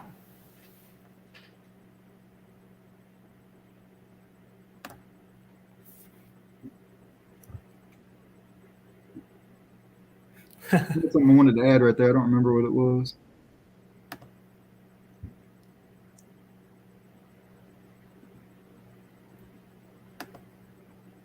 Yeah, Gorilla. I definitely, not trying to talk echo up, but if you're looking at another 580, like I said, for the bang for your buck, I want more bang for my buck. So for that price, the $50 difference, if there even is a difference, I highly recommend just go to the 770 because you're going to get that more power. Leaf cleanups will be that much easier. And I don't know if you get a bigger gas tank on it or not. Like I said, I do know it does suck through some gas, but I don't know. You're getting that bang for your buck if you buy it. So that's just, again, my reference or my opinion on that.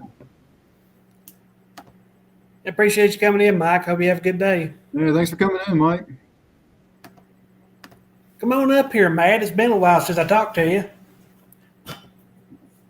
I don't think I'm familiar with his channel. I don't think I've ever seen him before. I'm going to have to check his channel out.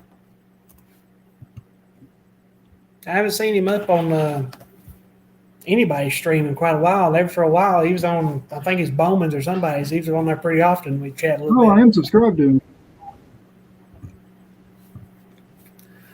After everybody that's come in, do what? Oh, sorry. Go ahead. I keep cutting you off.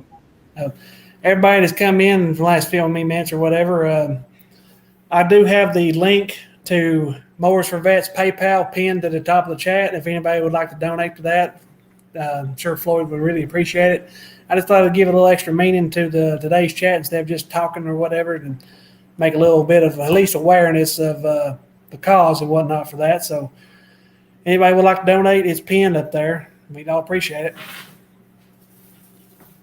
I kind of expected Floyd to see this or something there and want to come up here, but he's probably busy or something there.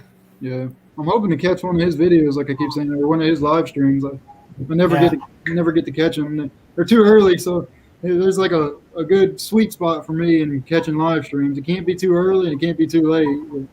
I'm trying to be better about it. I'll probably be up early tomorrow, so I might be able to catch it. Yeah. Carlo, it says devices not connected. Yeah, it kept saying that for me yesterday too. Yeah, I know it. John, I have to try Shindawa. Yeah, I want to. I've heard it's basically the same thing as Echo. That's on my list. My Echo dealer here close to me actually sells Shindawa as well, so I'm wanting to give it a try too. Like I said, I'm going to eventually. I don't think I'll be able to do it this year, but come next year, I'm going to try them all. You know, I want to try every brand of trimmer out there and just see, hey, I like this one, I don't like this one. This one's got too much vibration, you know, and just get my honest opinions on it. And the only way that I could see around here getting to try out trimmers and stuff would be to buy one. Yeah, that's kind of me. That's the only way I can do it is I have to slowly buy one at a time. I just ain't going to do that. I mean, I'd love to try different things, but I'm not going to drop, you know, a couple $100 on something there, and then if I don't like it, I'm not going to get that money back, you know. So it just ain't going to be worth it to me. But unless I can network with somebody that uses something different. But the only thing that one buddy of mine uses that I've not tried is Echo. So, I mean, he uses Husqvarna, and I've used Husqvarna, but we got Stihl, Husqvarna, and Echo locally. But when I hung out with him the other day, we went to a Skag dealer, and they had Red Max, which is supposedly the same thing as Husqvarna. But that's the first time I've ever actually seen Red Max stuff. It depends on the property for me, Gorilla, whether I mow first or trim first.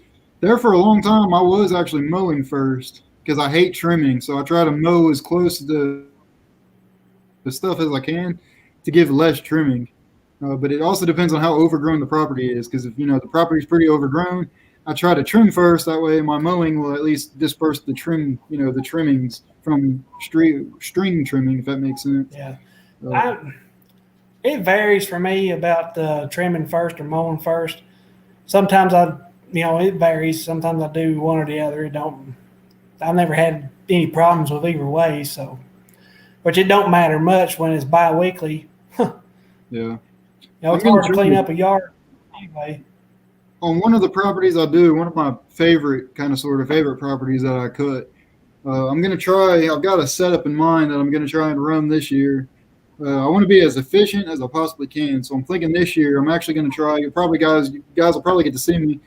You know, this past year, you know, I did the thing where I'd get on the mower, unload it off my trailer. I would go mow a property, load the mower back up, grab my weed eater while I'm at the truck, and then go weed eat and walk back to the truck, put it away and grab my blower, right? Well, this year I'm going to try the thing where I'm going to keep my weed eater with me on the mower somehow, and I'm going to put my blower between my legs like I've done before, and I'm going to ride because I'm going to do the backyard or the farthest area first. I'm going to try and trim and then mow and then blow and then load up once to where I'm only going back to the truck once after unloading.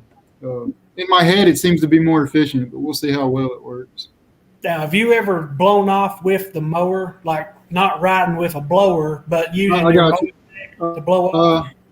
It depends on the property and how dry the grass and leaves and stuff that's on the sidewalks and driveways is. For the most part, I don't, because I don't like the idea of shit flying out of the mower. You know, there's always that one little gravel, one little pebble or something.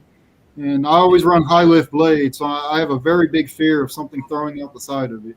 So I've done it before, but I'd rather just not be seen doing that because I don't want the risk of somebody saying, oh, hey, he was using his blower to blow off the sidewalk. He hit me in the head with gravel or something. You know what I mean?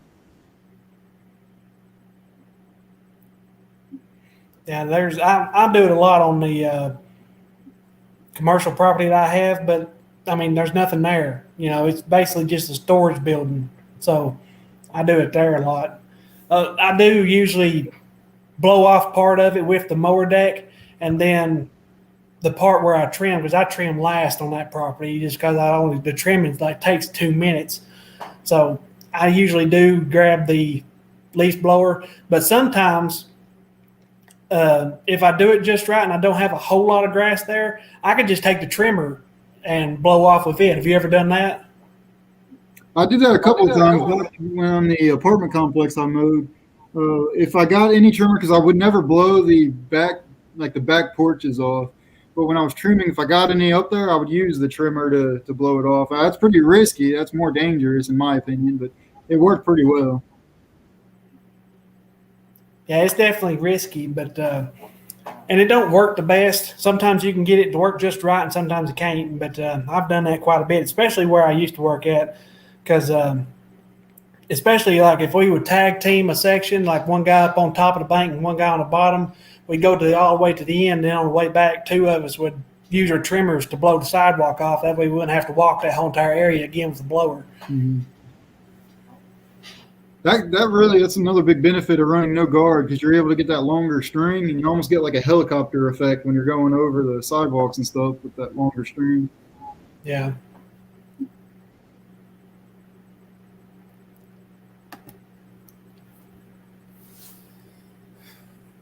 Wonder what you'd have to do that. Go into some sort of settings to allow the browser to connect to your microphone and camera.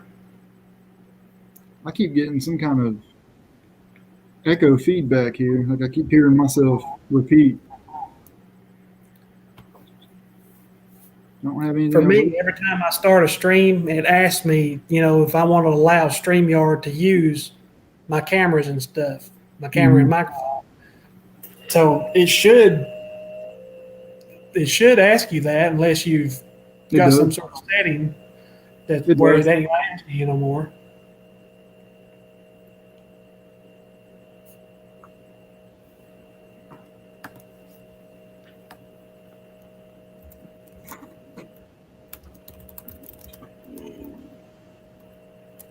We probably got 1.5 inches of snow now, it looks like.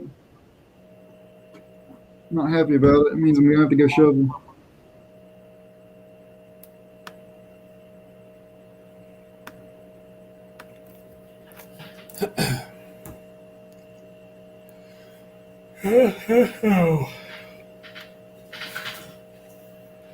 Man, I'll be glad when Tuesday comes around.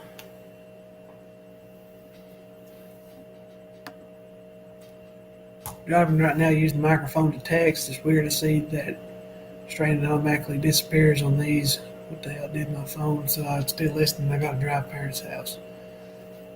Well, if you're trying to, it may be where you're trying to do the texting or something, and then when you try to open this, it's not allowing this to use it because the phone still thinks it's tied to the text or something there or some crap. I don't know. Hopefully we get it figured out next time one of us goes live or whatever, you can come up again. We enjoy having you, Carlo. You guys are buffering, he says. Reload your browser, Lawn One.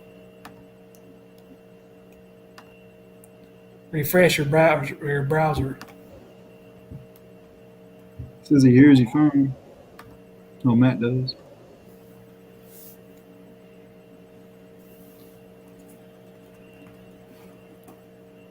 So you're saying? Trying to figure out. Go ahead. I was going to say, you're saying you're looking at getting into snow removal on the cheap. Are you going to get you a snowcaster? No.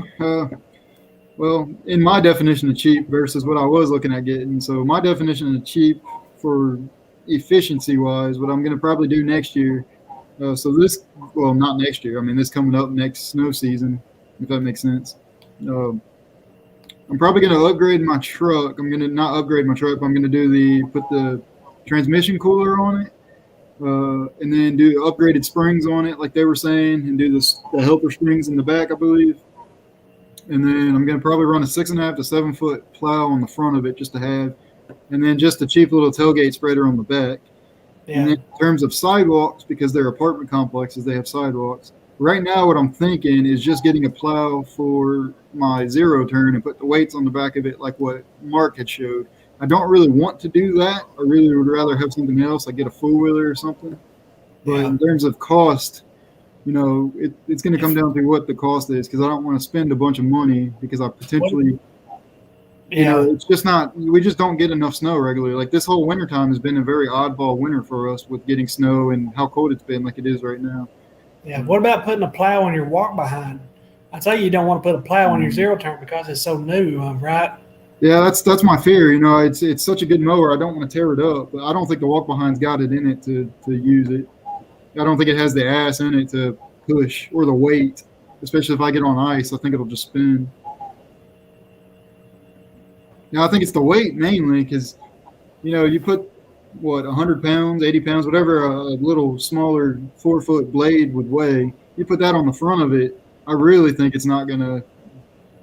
Well, the thing is, your weight on the front, it shouldn't be weight as much as like weighing, because the blade ain't going to put no weight on the machine once it's on the ground. It's just going to be pushing against something. But yeah. Well, I'm talking more about like transporting, like, because I'm not always going to have that blade down plowing, like unloading it off the truck or getting over to the sidewalks and stuff. I don't know how well that would work. Like I said, I don't think it has I don't know. Plus the ground clearance. So with my mower, I can take the deck off, especially like if I'm out plowing. I can't take the deck off on that walk behind without losing the front tires. Yeah. Do like some people have done and take the deck off the walk behind and just make you a snow plow. Have you seen people do that? I have seen. I was just thinking that right after I said that. I was like, damn, that could possibly work, because then all the weight is literally right there. I'm like, that could work. The only thing, though, well, you could put casters somehow on your plow, like fold them up when you're plowing, then put them down. That way you can still transport it. Yeah. Littles, we don't get enough snow to really consider a snow blower. I mean, we do, but I don't know. I'd rather have something that's more efficient, faster. A snow blower, I'm losing time. So the 3 commercial properties I'm supposed to be picking up for next year, they're apartment complexes. On top of whatever else I pick up for next year. So they've got long walkways of sidewalk. I think a snowblower would take too much time, and we don't get enough accumulated snow. Like today we're getting enough. I could probably use a snowblower by the end of this day, but it's kind of an oddball day. So I'm in Virginia. It's hit and miss for me. It's like I think last season we had one decent snowfall, maybe like 4 inches, that didn't last very long. And then the rest of the season we had torrential flooding. But this year we've had probably 5 or 6 decent snowfalls, like 3 to 6 inches each time, or probably, 3 to 5 inches each time. And it's been a good winter. The ground, of course, is saturated as can be, but we ain't had flooding at all yet. So it's been really nice compared to last year. I've thrown around the idea of getting a cheap four-wheeler. I can find them out here a dime a dozen, something like $1,500, $2,000 range, because I want a four-wheeler anyways. I want to be able to go have fun this year. But yeah, I thought about getting a four-wheeler and putting a little plow on the front of that, and that way I'm not tearing up my zero turn. I tell you what you do: get you a snow blower that works or just don't run for $50. Get you a $100 Harbor Freight Predator motor put on it, and then build you a snow plow for the front of it, and there you go. Yeah, but then it comes down to that thing again where will it go fast enough for me versus how much I have to plow. You know what I mean? Like, it's going to come down to a time efficiency. I don't want to be on the property for 5 hours plowing snow when I've got 3 others to do, if that makes sense. Yeah. I just don't think a snow plow is going to be efficient enough, or a snow blower is going to be efficient enough for the properties I'm picking up. I could be wrong. I mean, I don't know anything about it, so you guys could be onto something that I'm not understanding, I guess, maybe. But you know what I mean? I just don't think a snow blower is going to cut it for me next year. I'll try and link you some videos. I've seen some videos of people doing similar stuff like that. That'll help you decide more, I guess you could say. Okay. But see, I like the four-wheeler idea too, because I can kind of haul ass with it. If I'm not transporting, I don't have to. I'm not going to be racing up and down parking lots and stuff. But during transporting, I don't have to worry about my mower. It tops out at 8 miles an hour, 9 miles an hour, and then I'm adding that wear and tear on top of that mower. Possibly burning up hydro gears and stuff. But yeah, get you a $12,000 John Deere with a hydro blade on the front of it and a full cabin closure, and there you go. Yeah, if I could afford that, I would love to. If I could afford it, I would love to buy like a 3/4 ton or a 1 ton truck, and that's my main plow truck, and put like a flatbed on it and run a one of those big V-box spreaders on it and a big plow on the front. It'd be great. I've wanted to get some attachments for my mower, and this year I may do it because it's probably going to be a while before I buy like a next size up garden tractor. I don't know if I'll buy one now or not at all, but I'll probably go straight to a subcompact. But if I could find a tiller and maybe a plow blade for my garden tractor I have now, I'd like to pick something up like that this year just to have that I can use around the house or whatever. Because especially now since I sold my tiller, I'd like to have a tractor mounted tiller that I can make a little money with that or whatever. I sold my tiller because I only had like one garden I till every year. I've only done it for the last couple of years. I may not even do it this year. I don't know. It depends on what the guy wants. Drake, that's a good point. I thought about doing like a riding mower too. My other thing too, the other problem I have with all the steps I just said, like whether I run a four-wheeler or get a riding mower or use my mower, so that means I'm going to have to pull a trailer too to the job site. I don't know if I can pull a trailer with the tailgate spreader on the back of my truck because I'm pretty sure it goes into your hitch, does it not? Get you one of them double stack. That's what I'll have to do then. I have to do that. So so that could fix that problem. I cannot put it in the bed of my truck like somebody would probably say next. Get the ramps and put it in the bed of your truck because the tailgate spreader I was looking at getting is the kind that swings away anyways. But I need the bed of my truck because I have to be able to put the salt in it to be able to do the parking lots and stuff like that. So putting stuff in the bed of the truck is kind of out. How far away is it from your house to wherever you got a plow at? It'd be about 20 miles. Ew. Yeah. So it's not like right down the street where I can just ride my shit there. It'd be about 20 minutes away. See, that's my thing is the efficiency side. I want one shot, one go. I want to go there, get it done as fast as I can, and move on to the next one to where I don't have to keep doubling back and make a bunch of drives. It's out of my route density, but I'm charging that, that fee like I had said. Yeah. Yeah, that's what I'm saying, Drake. I'm kind of throwing around ideas. I have a year from now before I have to figure something out. But, I would like to have an idea to where I know what I'm saving up for by then. Yeah. And again, this is all done with a half-ton truck, so some of you guys' extravagant setups won't work for me. That's what I'm coming, down to is I'm limited with my truck because I've wanted to get a dump trailer that I can, haul materials or rent it out as a dumpster, just whatever. And there ain't no way in hell I could do it with a half-ton. It just ain't going to cut it. So that's why I'm hoping this year. If I'm hoping to make back all of my debt, pay off my mower, which I'm not going to pay the mower off this year. I just want to have that. I want to make that much money. I'm going to make the payments until it's paid off, but I ain't, what I mean? But I'm hoping to get that much plus enough to buy a used cheap 3/4 ton truck, just mainly a tow rig. I don't really care if it's 2-wheel drive, just an extra truck because I'm already expecting this year to either have steering component failure or transmission problems this year out of my truck, which there's no problems with it at all right now, but it's getting up in miles and pulling the trailer. You probably will. But, I'm just expecting something like that to happen this year. Yeah. Drake, a push spreader. So I plan on using more than likely a push spreader, which is what I'm using right now.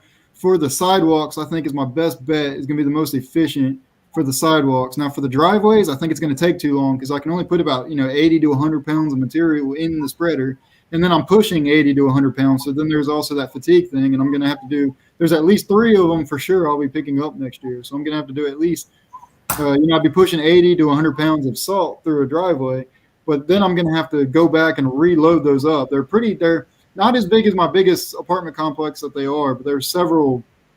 I don't know. There's at least 100 houses in all 3 of the ones I'm picking up now. So you figure there's at least 100 parking spots there that are going to have to get, and all that road in between, plus the sidewalk. So I'm going to have to haul a lot of material there. So the push spreader is probably what I'm going to use. I kind of have an idea set up in my mind for push spreading the sidewalks to where I don't have to buy some expensive some kind of spreader for like the back of a four-wheeler or something like that. That's probably what I'm going to have to do for the sidewalk side of it. But the parking lots, I think it's going to take too long because I'm only going to be able to put so much material in the spreader. And then I'm going to have to walk back to the truck and keep loading it and keep loading it. They're not as big as my current apartment complex as I mow now, or I did mow last season anyways. So that one would be horrible. If I had to do that, I'd have to upgrade to a bigger truck or something.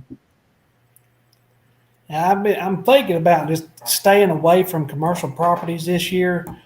I'm kind of wondering now if I were to, maybe try and get some, especially down there in that other town, because would be a little bit easy to lock in. I don't know. I just have to wait and see what this season's going to bring or what's going to happen, because I'm going to have to wait until the 1st of March before I really start advertising down there, because that's just what works best for me, especially up here. Yeah. It may be different down there, but I don't know. I may look into some commercials, especially if I get some properties down there. But by that time, it may be too late to lock a commercial in, so I don't know exactly what I'm going to do. Yeah. See, for me, the commercial mowing side of things, there's good money there. It's the snow removal and salting that it's a very gray area. I have to offer it next year to have these commercial properties. And I'm going to make it where I'm going to make money off of them regardless of whether I plow or not. If I plow it, I'm going to make money off them, and they're going to essentially pay for my setup next year, if that makes sense. But not quite. I don't know if I'll be able to get that much out of them. And then that's the other gray area is I'm going to have to make an expense next year that might not pay for itself by the end of the snow season next year. But I have to offer it to make that money in the What's that? Is that you'll have it and be ready for the next season, though. Yeah, that's the thing. I'll have it and be ready for the next season. So I could potentially break even. It all depends on our weather. We don't consistently get enough of the same weather out here to be able to say, I'm going to have 10 snowstorms next year. I'm going to pay for my F550 dump truck. And, we don't get enough snow like that. We barely get any snow at all, like I keep saying. So, it's I'm in a weird position. But like I said, I don't have to stress about it right now. I've got a year to worry about it before I have You're in the same situation that I am. You can't make money if you don't have the equipment to do what you want to do, and you can't do what you want to do without the equipment. Yep.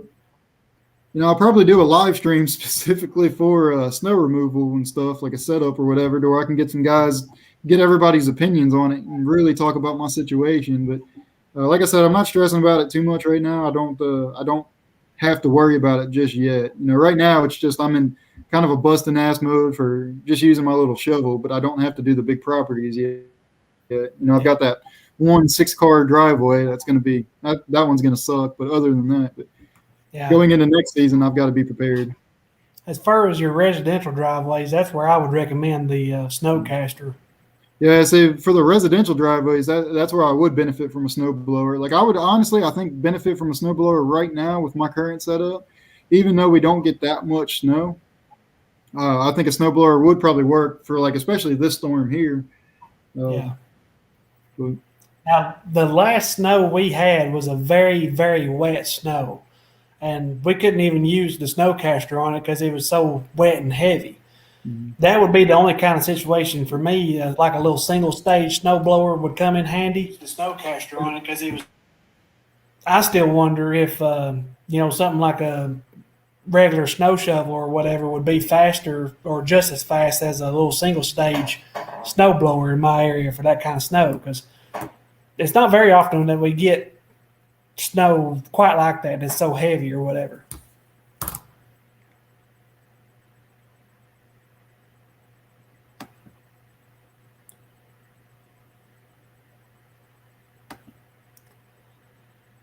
Now, that's pretty much what I'm going to do this year. I've got one commercial, and it's the only one I'm going to keep because, like I say, there's nobody's ever there. It's just a storage building, so that's the only commercial that I'm going to keep. But as far as actively, well, I take it back. I do have another commercial, but it's almost the exact same thing as a residential. It's just a little house and hardly anybody in and out or anything near a road, so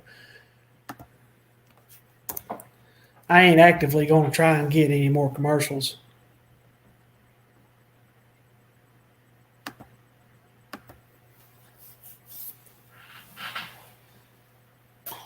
There he is. Internet again? Pretty much what I'm going to do this year. I've got one. My internet sucks. I was able to watch it on my phone and still talk, but you guys lose me on here. Yeah, we'll probably go maybe another 5 or 10 minutes or so and then probably wrap it up for today. All right. I don't know if anybody new has come in or whatever, but I've said it before and I'll say it again. I've got the PayPal link to Mowers for Vets pinned at the top of the chat. If anybody would like to donate to that. But I'll go ahead and say we do appreciate everybody that's come in today. It's been a decent stream, kind of more laid back. We don't have a good enough topic or something there today, but we got some talking in it. Part of it all about me. You know, not even my stream. I said, sorry to make this last 20 minutes, 30 minutes all about me. You know, it's not even my stream. I try not to do that, but it was a topic to talk about, I guess. Yeah. I have no problem at all. It's something to do, something to talk about, learn more about each other and from each other. That's the important thing. Do you guys use the Nextdoor app? I seen Drake just There he is. asked There's something to talk about. Learn more about each other and from each other. That's the important matter. Do you guys use the Nextdoor app? I seen Drake There just he asked is. There's something to talk about. Oh, Learn more about each other. sorry. It's all good. We all do it. You got it? What you guys doing? Good. How are you? All right. How you doing? Good, man. I'm ready for this grass to start growing. Yeah, me too. Yeah. Where are you from, John? Right outside of Springfield, Missouri. Okay. Yeah, there, Jesse. I try to mow on my off days. I try to not mow on the days after work so I can get some rest in that way. But yeah, working and doing lawn care certainly limits you. And I'm hoping that this year goes as good as what I've kind of calculated and speculated and whatnot. And if it does, I may be looking at going full time to lawn care in the next year or two or three or something there. Well, that's how I started off, man. I worked at a lawn and landscaping company for just about 14 years and knew what I was doing with them. So I said, why not? Just, I bought a nice X-Mark mower and side hustled on the weekend to the point where I couldn't do both jobs. And, I mean, the place I worked at was great. I have no complaints about it, but just needed more money. So I was making more money on the weekends than I was all week. Yeah. That's the way to do it. I mean, that's me. Last year working 160 hours in a month or something like that, I was making the same mowing like 40 hours or less. Yep, that's how it works. But then, like you said, you have your hidden fees that people don't see, which is the health insurance, the liability insurance, your fuel, your repairs. Of course, though, that was, after insurance, retirement, and everything. I was matching after all my full-time job expenses came out. I was matching that with lawn care. So as far as, the lawn care side of it, I wasn't making quite as much, obviously, but still pretty good. Yeah, but I mean, I'd say I'd keep your job until you have enough to where you can't get all your stuff done on your side hustle, and then that's when it's time to go. Yeah. I mean, especially you're pretty well off there. I mean, you have equipment. I mean, your new mower is probably not paid off. You got payments on that, right? Yeah, I've not even made the first payment on it, actually, and I've had it this long. If we got it set up there, I don't start until March on payments, so that worked out real well for me. I will say, like, that was my biggest thing that really helped me was all my stuff was paid for when I quit my job. Now, my truck wasn't, but all my equipment, the mowers, the trailer, everything I had no payments on that stuff. So that's just my advice to anybody that's on the side hustle and you still need equipment. Stick it out and pay for that equipment. That way you get out there, reality hits you in the face and you got no payments. It's more money in your pocket. No overhead. It's a great way to start. Buy what you need as you go and have at it. Let me see here. I can't remember exactly what year I got my John Deere. Before I got my John Deere, of course, I done some mowing, but things really took off when I got the Deere. But my problem has just always been my area. It's been so hard to grow, because I think in 2019, I believe I cleared just under $8,000 in 2019 doing this part-time. Well, last year I almost doubled that, and I doubled my clientele. It took me this long to get up to this point. It's just my area is so bad. And then I ended 2019. I went into debt when I got my John Deere, the tractor mower, and which of course I was still working full time then and whatnot. So I was able to swing that payment. But when, at the end of 2019 is when I finally got into making profit. I come out like $3,000 ahead. I was finally making profit. Last year happened, and I still do say that last year was a good year for me. It's just a lot of unforeseen stuff happened. The breakdowns, the health problems, and bad purchase choices. Just all that stuff added up so much, so quick. Yeah, I feel what Gorilla's saying here. I mean, when I had my full-time job, I was working 65 hours a week because it was all overtime I could take, and that's where you make your money at a company. And working, you'd only get to mow a place or two after you get done off work, and then you just have the whole weekend to go. But I mean, I went hard. Gotta ask the wife, I was pretty sure it was 78 straight days before I had a break. I mean, that's all week, all weekend. Mm-hmm. And it wears on you, especially in the heat. But if you want it, you got to do it. Yeah. One thing I learned, people don't wait. They'll find somebody else. That's right. They don't care about you. Customers do not care about you. Yeah, I got my X540 in 2017. Yeah, like I said, I heard you talking about the dump trailer. I mean, that's my next move. I'm sick of, I have $350, $400 worth of tarps. I got 30 tarps I take on a job site when I'm hauling debris away, because I don't put it loose on the trailer. That way it's easier to unload it. Yeah. But, man, I have so much just of my physical labor time wrapped up into unloading stuff when I could just be hitting a button. Yep.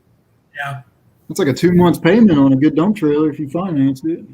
Yeah, I'm trying to stay away from that. I'll get it when I have the cash for it. Sure. I'm sick of payments, man. Yeah, I hate owing money. And last year, at the beginning of the year, I tried to finance a new mower, and it was going to be a tractor mower because at that time I had the mentality I don't want to buy something that's just a one-trick pony. I wanted to buy something that I could do multiple things with to make money with. But I didn't have no credit, didn't get approved financing. And what I should have done was went to the bank and tried to see if they would give me the loan to get even a zero turn, which they probably wouldn't have because I had no credit. But now I did take $1,000 loan out and paid all that back just to build credit with. And I got a loan this year to help pay on the zero turn at, $6,500 loan. My interest after all and everything is going to be like less than $1,000.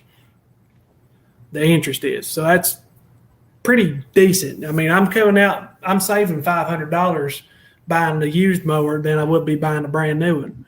I mean, the used one's only got 6 hours on it. So, it's brand new. Still got warranty and everything. Right.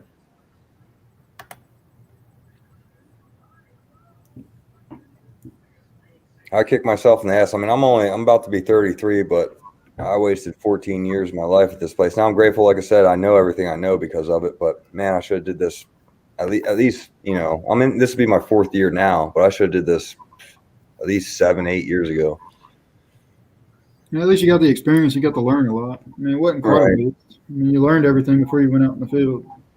The only thing that sucks though is I came from this big company, man, that has top of the line everything. I'm talking skid loaders to chippers to stump grinders to lifts. It's pretty nice to have. Man. You got it in your mind, I can't wait till I get to this point, and then you start realizing how long it takes to get there. That's when you just got to keep pounding through it, man. Yep. Yeah, they got the same option here from Deere, 0% finance, and the thing is, they just wouldn't approve me for it at all. I just don't have enough credit.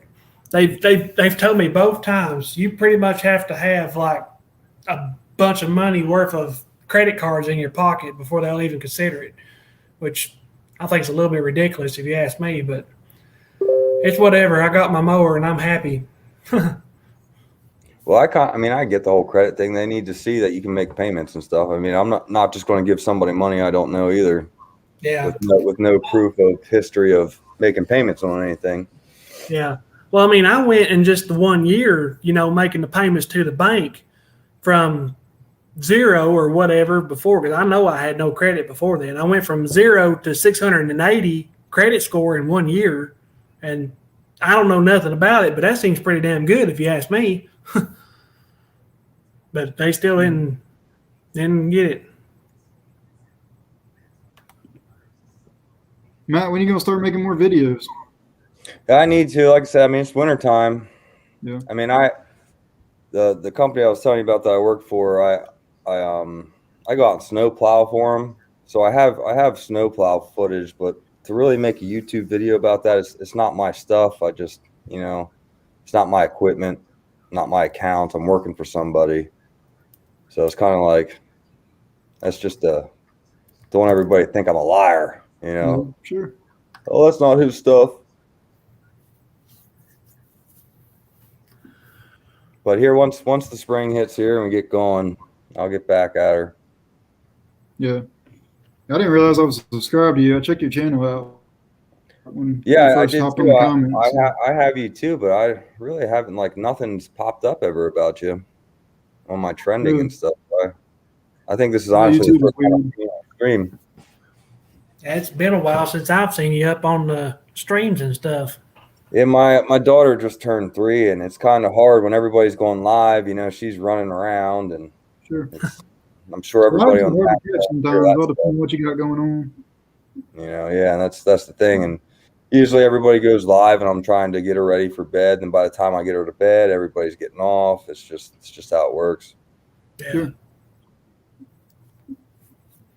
How long before you have one of them things running around, John? Never if I have it completely my way, but I'm hoping at least another couple more years. See, and that's another thing, kicking myself in the ass too. I would have had her 2 years later or earlier. Earlier, really? Yeah, I'll be right back, guys. Okay. All righty. Yeah, I hope at least another 2-3 years, man. You mentioned it, you're going to jinx yourself, and you're going to be running around one by the end of the year. Then I'll be like him, you guys won't see me on lives anymore. Your channel's doing this right now, and you get a kid that's going to go doing this. Yeah, exactly.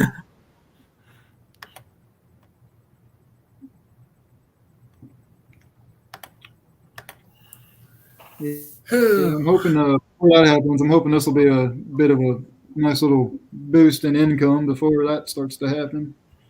And then maybe it'll become like more of a day job for me. Yeah. Then even after we do have. And I remember when YouTube was easy. I don't.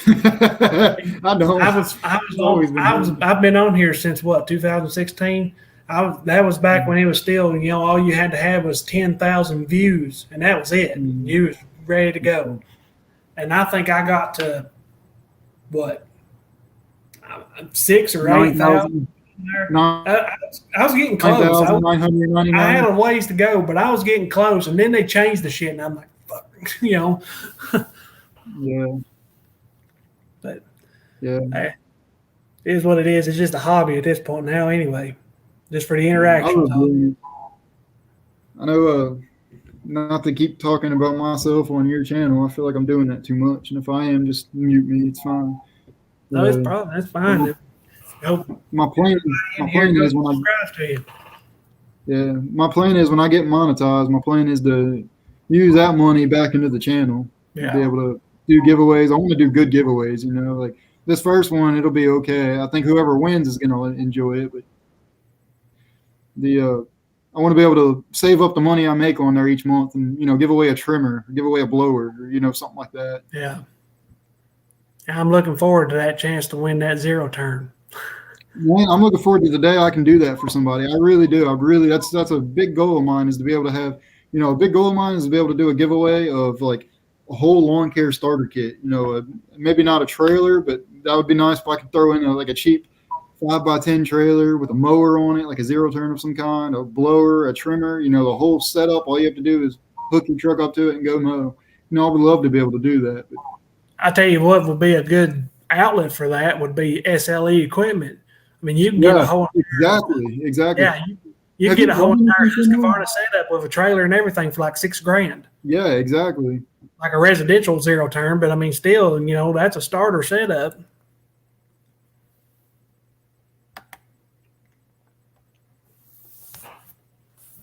Still snowing, John? Yep, I was just typing that. I wasn't sure we were going to answer. Yeah, it's still snowing, Drake. It'll still be. It's actually coming down pretty good right now. It'll still be snowing until about 11 a.m. tomorrow here in my area. We've already got about 1.5 inches, I'd say. I can barely see the blades of my grass, so it's almost time I have to go out and plow, probably, or shovel out at least. Oh.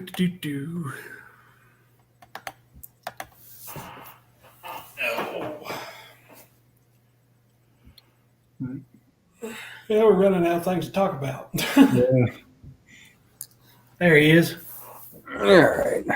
Wife's dyeing her hair. Had to give her a hand.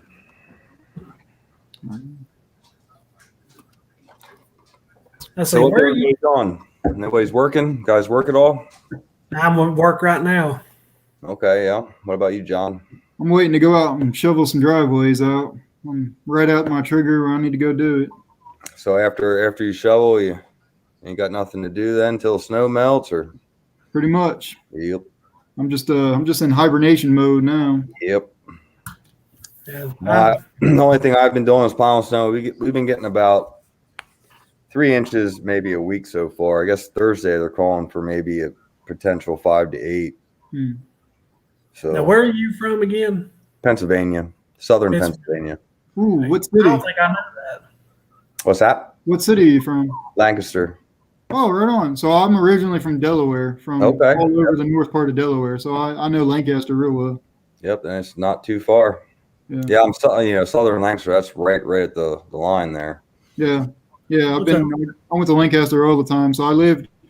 I'm from Wilmington, Delaware. I'm from every north part of Delaware. I lived in every city: Newcastle, Newark, Wilmington, not New Jersey. I think I said Newcastle. I lived in Bear too. I lived all right there. The last time I lived, it was right on that Hocasset, Delaware line. Okay. Lancaster's right there, basically. I went to Lancaster a lot. Went to Lancaster and went to Philly a lot. Well, there ain't too much up here except for Amish buggies and cornfields. Yeah, there's a lot of cool stuff there. They got a train museum and shit like that there in Lancaster somewhere. And yeah, I went to there quite a good bit. Strasburg. Yeah, they had a lot of stuff like that there. That's a lot of the reason why I'd go up there. That'd be pretty cool. It was pretty cool. It was something to do with it. They have a lot of restored trains inside their museum and stuff. It's pretty cool. And you can take Is it open up now or shut down? It's probably not with the whole COVID thing. Yeah, that really screwed a lot of stuff up. Yeah, I was about to say that would make a really cool video, something, a couple hours or whatever, walk around. That'd be really cool. Yeah. You can probably find it on YouTube. You just Sure. Yeah, the museum. I'm sure there's a million videos on it. I'm pretty sure there's they got a really cool train there. I'm pretty sure there's like a live feed that you can actually watch the Strasburg train. As it takes. I think you're right. I think you're right. Train mechanic, man. I'm sure that's interesting. Yeah, you probably see all kinds of stuff.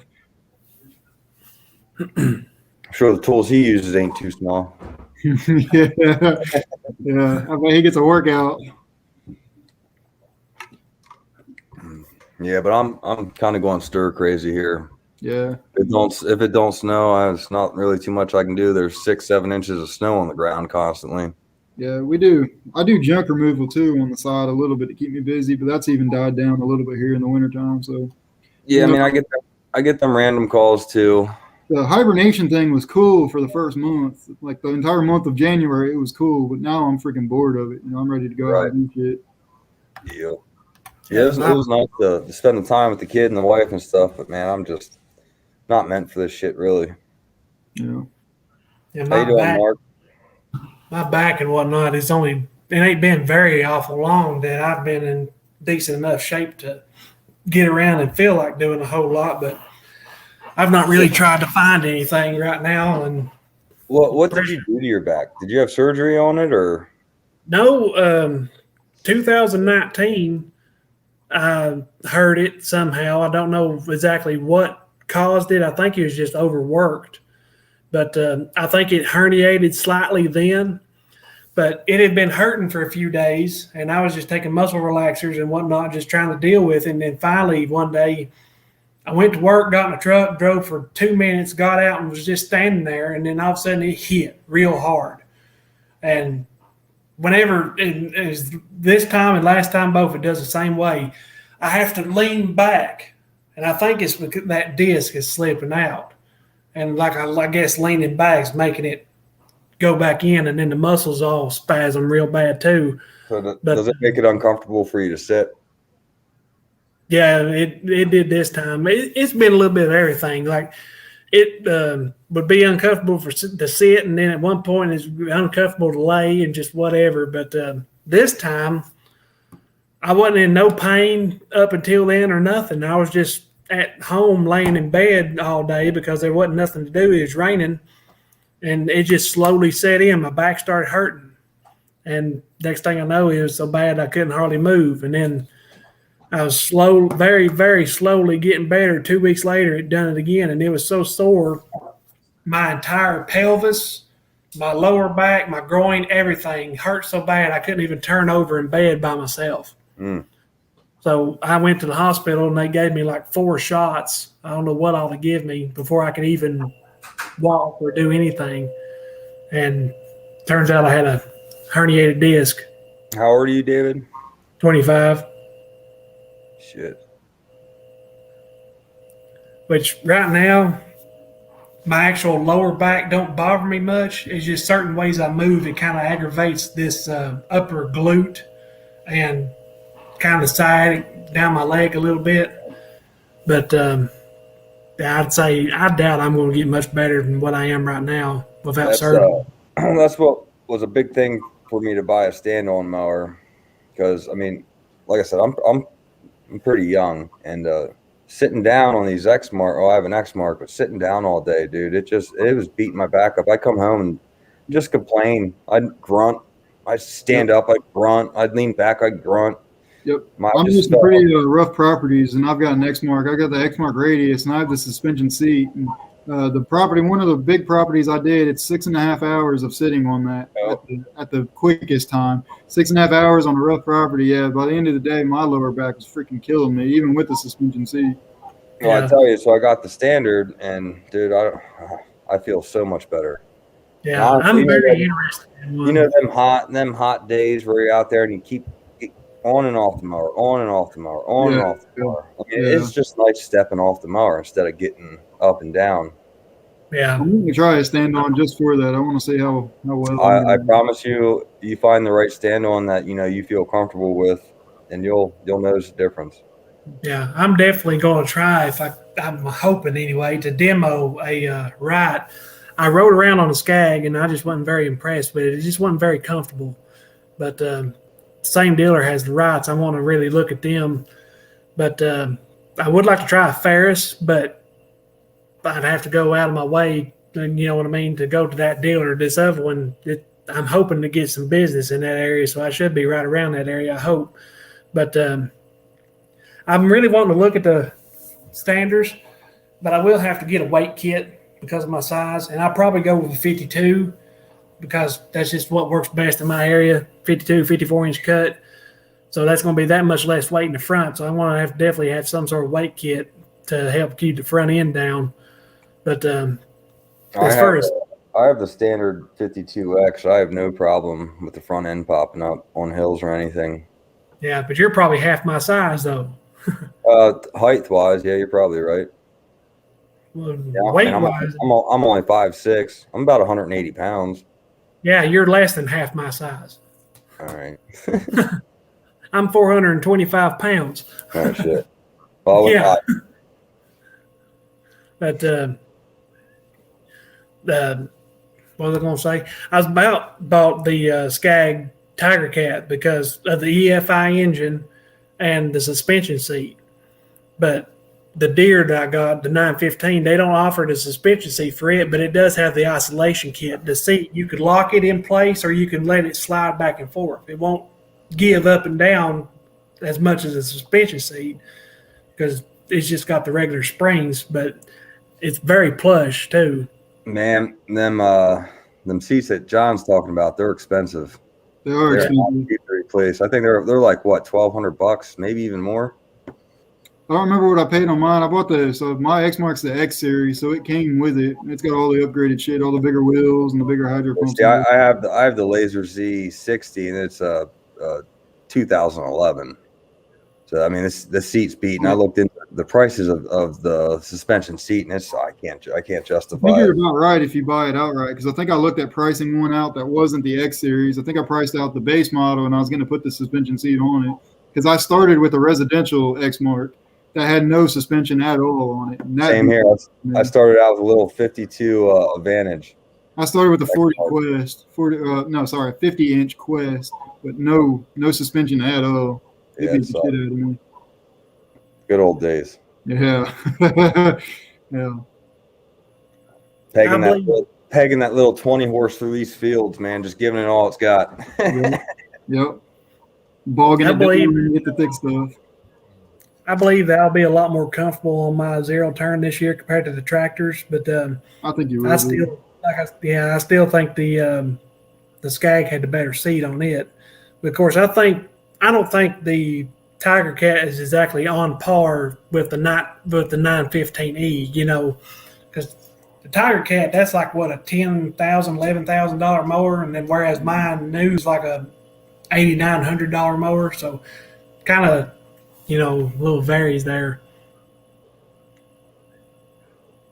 So What's up, Redneck? You have X marks then, or what all do you have, John? You have different mowers? Or? Yeah, I've got all different mowers. The main one I run is the X-Mark Radius 60-inch. That's my main mower. And then I sold my residentials that I got started. I just sold them a couple months ago. So right now I run the X-Mark Radius 60-inch is my main. I've got a 48-inch Bobcat, the old Bobcat walk behind. And then just a little 22-inch push mower for now. I'm looking at getting the Toro 30 most likely is what I'm going to go with to upgrade from the push mower, but I'm going to wait until the season goes on to see how much I'm really going to need it this year. Right on. I restructured my business from last year, so kind of giving you an idea. I dropped just about all my customers from last year, and I'm really focusing on route density this year. So I'm really trying to wait to see how many customers I'm going to need a push mower for before I decide whether or not I'm even going to buy the Toro 30 this year or not. Yeah, I mean, I did the same thing, dude. When I first started, I'd take anything that I could, whether it was half an hour away. Yeah, I drove too freaking much last year. I was killing myself just in gas. I wasn't making enough, and that was my thing too. I wasn't charging enough for that time taking to get to that customer. This year, if it's not in my route, I'm charging more to cut that yard. If that makes sense. Well, you go into it as in, okay, I'll do this for a couple months, and if your expectations are to get them neighbors. That's what it is. You got to go up there and just throw it out there, see if it's going to happen or not. If it doesn't happen, then you do what you did. You got to let them go. If you don't get any more up in that area, it's not worth your time going up there. You got to let them go. My problem is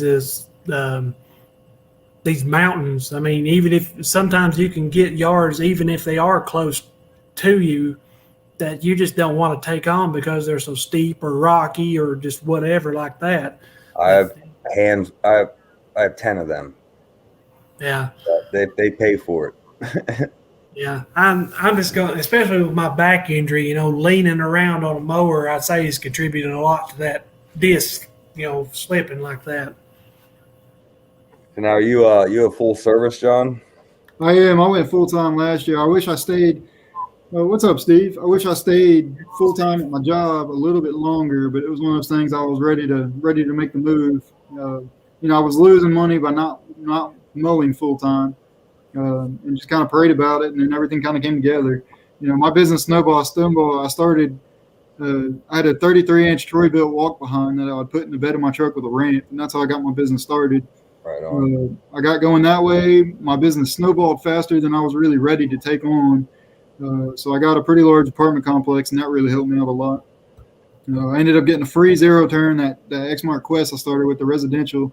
I got that for free from a family member. Whether that was a good thing or a bad thing, it had a lot of problems with it, and the motor ended up blowing up on me in the middle of spring, which is why I didn't want to have any overhead yet. So I didn't want to go buy a brand new mower yet. But buying parts for that mower, I built up a pretty good relationship with my Exmark dealer. So it just so happened to work out right after it blew up. They were running a special on that Radius. They were having that 0% interest thing, and I was like, well.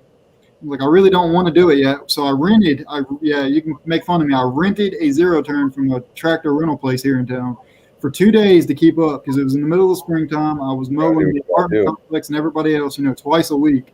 So I'm like, I'm losing a lot of money by not mowing right now. What was a rental a day?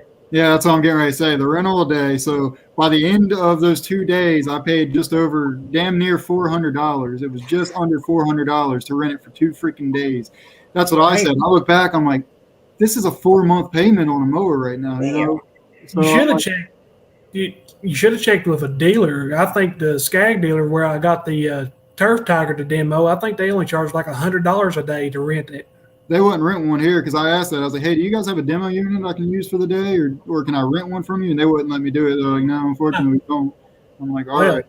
And then that's why I ended up saying, hey, just let's talk about this mower. And it just happened to be I really like the Radius. I didn't want to pay that extra, I didn't want to pay that extra amount for the Laser Z for what I need it for. I don't need that bigger frame. So I ended up getting that. But are you a full service, or what do you mean by full service? Like, do you do edging, mulching, pruning? I do, but I mainly just mow. I really don't have a lot of customers interested in that. Now, the 2 services I do a lot of is aerating and dethatching. That's a great service. It's my best service. It's my most profitable service. And I do a lot of them in the spring and in the fall. And then leaf cleanups as well. But mainly just mowing. And I only have a few customers that want it edged, and those are my commercial properties. Most of my residentials don't care, but that's last year. Like I said, I restructured for this year, so I'm still building up my clientele again to see what I'm really going to do this year. My big thing is I'm planning on upselling a lot this year. So is mulch a big thing out where you're at? At least not for me. I did 2 mulch jobs last year, and I mean they were small mulch jobs. It was just a garden bed. It's kind of the same thing around here. There's one guy that I can think of. All he does is landscaping. He dabbles a little bit in mowing and pressure washing and different things like that, but he pretty much all landscaping, tree trimming and whatnot like that. But as far as any of the local guys doing, the landscaping or, the actual full service, I don't think very many of them around here do that either. I think pretty much everybody around here does just the mowing. And I think it comes down to the area because that's all I've ever done as well is just mowing. But I'm hoping in this new area, if I can get in there to offer, the full service type stuff. I would highly recommend that. I mean, because honestly, like up here, mulch is a big thing, and the mulch season it's for 4 months rush. I mean, and these customers up here do not want to wait. So I mean, your mulch game's got to be on, or else you're going to lose a whole bunch of money, and it's going. That's how it is for me out here. Nobody wants to wait. If the one day I feel sick, it's like customers still want it done that day. What was I about to say?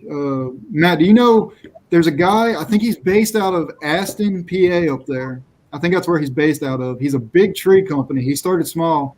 I can't think of the name of him. I can't remember his name. I can't think of the name of his company, but he's one of the bigger tree guys there in that Aston, PA area. I know he travels around a bit, but this guy's the guy that he'll carve freaking tiki heads out of large tree trunks and shit. Like I don't know if you know him, but he's a really good guy.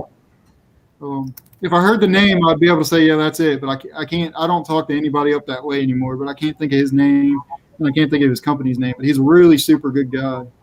I don't know where I was going with that. I think I just want to know if you knew him or not. No, but I don't believe so. I mean, not unless you come up with the company name. I don't know any tree guys that do carvings either. Mm-hmm. It seems like everybody around here, they get in that specific niche. There's a few tree companies around here. I believe most lawn care guys just do mowing. And like I say, there's one guy that does pretty much primarily landscaping. And, I get a new mowing property, and my eyes are just like hawks, man. I'm just looking around. All right. So, it's like, we do everything. We can do your beds. We can trim your bushes. And then it just leads on. Because honestly, what I chase the properties for that stuff. Yeah. That's what I'm going on this year. I'm kind of being a little picky on who I pick up this year because of that. I want to be able to upsell them and actually make money off them. The mowing is steady money, pays the bills. All the extra stuff with these properties, it's usually a one or two, like the mulching's once a year, the edging's once a year, but the bush trimming's twice a year, sometimes 3. And that's just bonus. Yeah. That's when you start banking. Because dude, for a scoop of mulch, I pay $20 or $24 a scoop, and I charge $150. Yeah, that's pretty good. And I can get rid of a scoop of mulch by myself in 25 minutes. That's pretty good. I highly doubt the market's that well around here. I talked to a lot of guys, out west. Well, I guess out west is, or south. I guess it's that pine straw. Yeah, I see that running on. Nobody does that stuff out here. Nobody. I never dealt with that stuff. Yeah. I'm not that far south. It might be in other parts of Virginia, but it's not around here.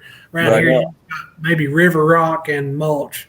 I know. Out in like Ohio, their standard price for mulch is like $100 a yard. Damn.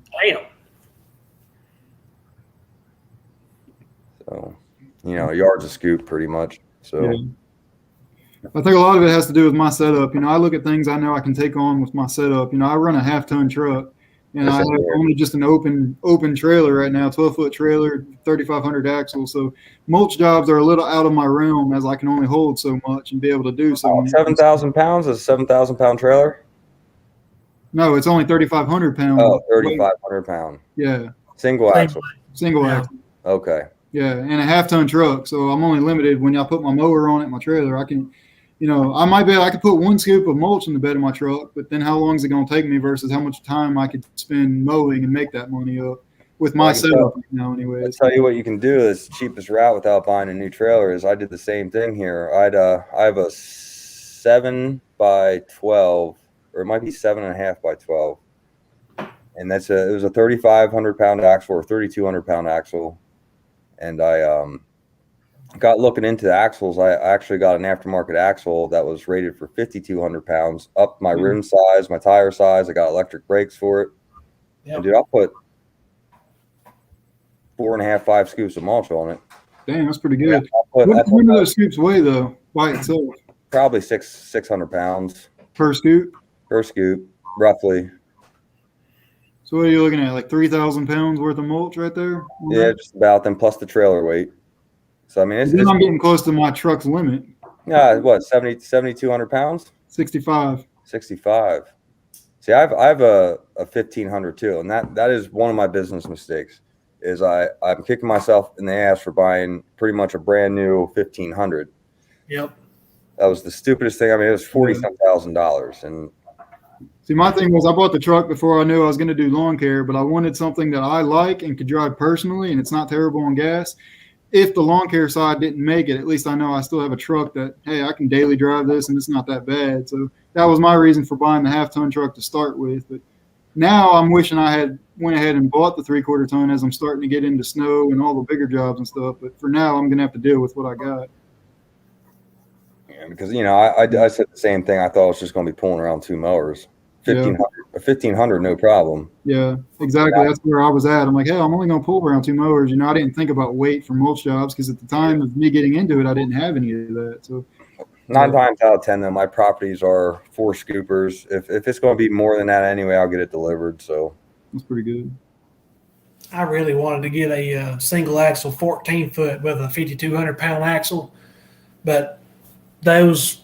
I'd have to go farther and pay more for one of those than what I paid for my tandem axle. I just really like the maneuverability of a single axle. And that's my thing too. That's why I have the smaller trailer, the 12-footer, dude. A lot of my driveways and parking is just so much easier. Oh, there we go. Yeah, exactly. That's where I was at. I'm like, I'm only going to pull around. Can you guys hear me? Yeah. Yeah. Oh, okay. I froze up again. I need to look and see if how well the walk behind and zero turn will fit on my 12-footer. If they'll fit on there pretty well, I may just end up running that primarily this year. But I've already got all my racks and everything finalized on the big trailer. Also, another reason why I got the standard too is because I can fit the full X mark on there, and the X mark, that's a big machine. Yeah.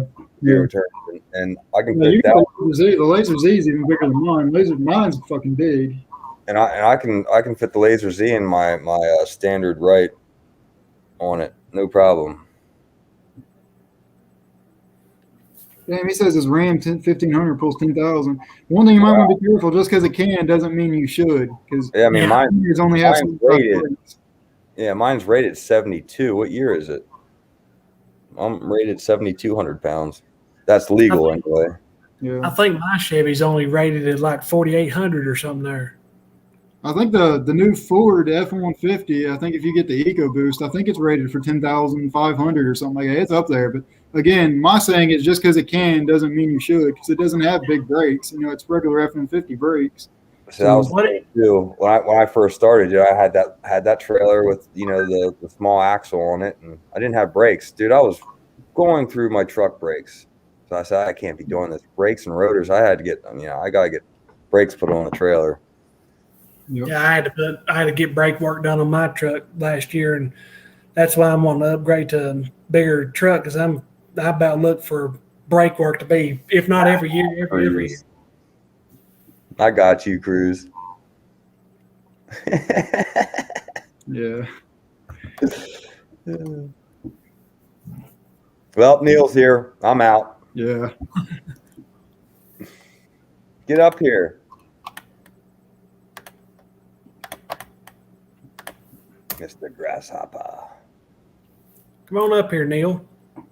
Hey guys, I'm gonna have to get off here. I got to get ready to go do some shoveling, unfortunately. But Hey, man. Well, it's good talking to you, dude. yeah, it's good to finally meet you too. No doubt. Look forward to talking to you some more. Look forward to seeing your videos when you finally start making them. Sounds good, man. I'll return the favor. I appreciate it. So thanks for letting me come up again, David. Yeah, appreciate you having me on here. Anytime. So I'll be talking to you guys later. All right, see you later. See you. Yeah, How long you have to 9 to 5 yet? Do what now? He said, how much longer are you at work yet? Till 7 o'clock. Till 12 7 hours a day. o'clock. Yeah. I work 2 8s and 2 12s, and tomorrow I got to work an 8. I had to work more this week in period. I had a 8 Thursday, 3 12s, and another 8 this time around. What's up, Mikey? There he is. What's going on, Mikey? Thought I'd come in and say, hey, I'm doing a brake job for what turned out to be a mowing customer. All that is what I'll be mowing this year, all the way down to that white truck. There's the driveway. But he hired me over here to do that right there, a brake job. I mowed this yard one time for him last year, and he asked me what would I charge today to do it all year. And I gave him a price, and he was happy with it. So I guess God delivers when I need him to. There you go, bud. That's the way I see it. Go. We're getting you a mower payment there. That's what I'm dying to do. I'm getting it any way I can. I don't care if I got to clean up dog poop. Gotta do what you gotta do, bud. Somebody said they knew somebody that had a business doing that. That's all they did. And they had 30 employees. Come on, man. Don't be saying somebody. You was on that idiot stream and you heard him talking about it. I can't remember who had said it. I don't know who did it, but it was Dr. Real's stream to who it was. Yeah. You'll not see me in that stream no more. I bet you money on that. Yeah. What's the price on that big ass field behind you, Mikey? Told him $100. It ain't but it ain't but an acre and a half. There you go. It looks bigger in the picture. Every week? Every 2 weeks. Every 2 weeks? Yeah. Well, I'm sure it doesn't. That's just mowing it. I'm not even weed eating it. Right. Man, you can't beat that. That's not bad. Last time I come and mowed it, it was 3 foot tall. Golly. That How was much you 200 charge bucks. for 200 That was bucks? 200 bucks. Like, But that I fucking wanted good. to, I wanted to jump in there and say what's up, see what you guys got going on. Looking at two bored men, apparently. What are you bored for? I ain't got nothing to do. David? Though. And I'm stuck at work. Hell, I ain't got nothing to do anyway. I What did do you all do at work anyway, Dave? What do you do? What's your profession? Sewer plant operator. Sewer plant operator. Yep. Man, Check that big shit money. levels. Do what? You check the shit levels. Yeah. Making that. Well, let me dump some here. I'll let you check my levels. It's the same shit, different days. All it is. Some a little stinkier and some a little nastier, right? I'll drink Yep. to that one. Well, guys, I'm gonna jump. I just thought I'd jump up and say hey. I All right, appreciate man. it. Take care, bro. And I seen Matt was on there. You know I gotta speak to my boy Matt. That's right, man. I know. I've been a ghost here lately. You and me both. I was asleep all night last night. And I woke up and seen what's his face was on. Well, Will. appreciate you coming up. No Get problem. them I'm off here, brakes on, guys. I Mickey. got one side done. I got another one to do. All righty. Well, see you later. See y'all. Dave. Bye.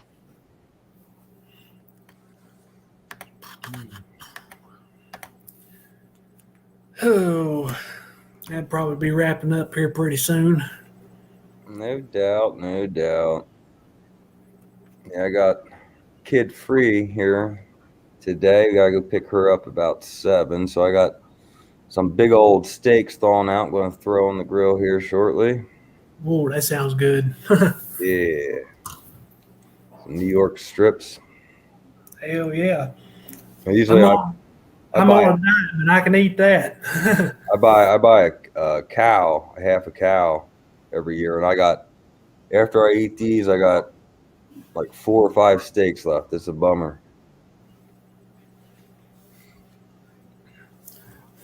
We ought to look into doing something like that, but we don't. We got cattle of our own, but every now and then there's one farmer down the way from us. If he has like a lame cow or something like that, sometimes he'll get one butchered. And Dude, what it broke down to is ridiculous. It was like $1.80 something a pound, which is, I mean, right now meat here a pound is hamburgers like $7 or $8 a pound. It's, if you want a New York strip, it's like $18.99 a pound. forget that. Yeah, it's ridiculous. They think we got money up here or something. And if you say that at where you're at, hell, you ought to look at where we're at. This end of Virginia ought to break off and become Tennessee, Kentucky, and West Virginia.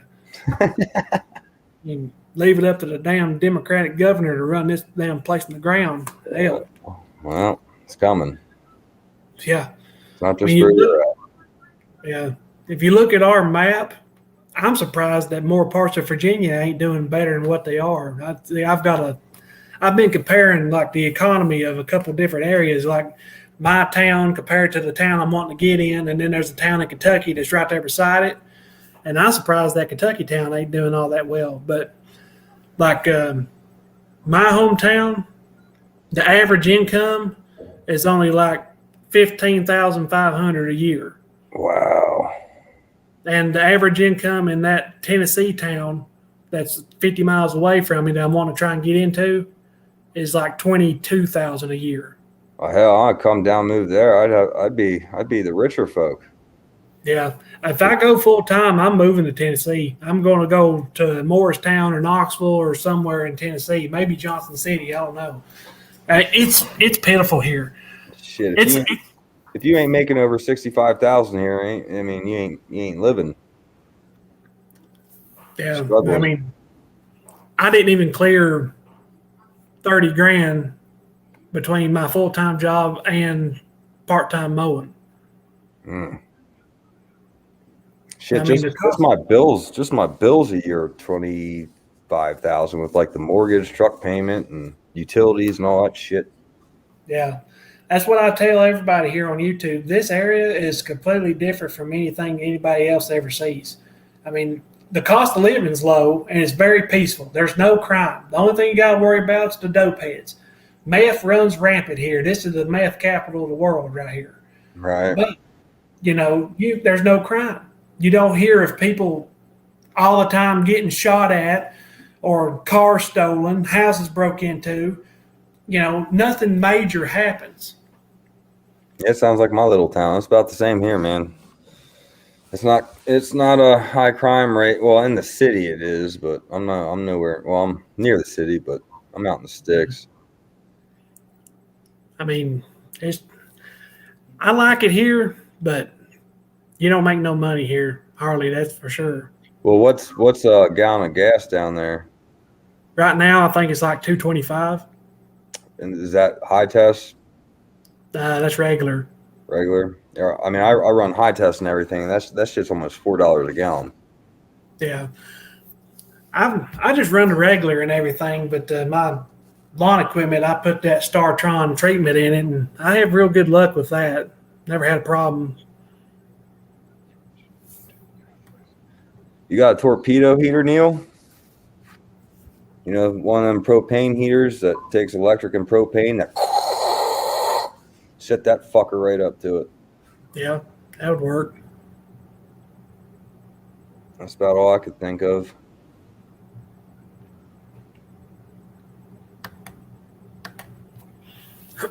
Get the pick out, buddy. Pry bar. Yeah.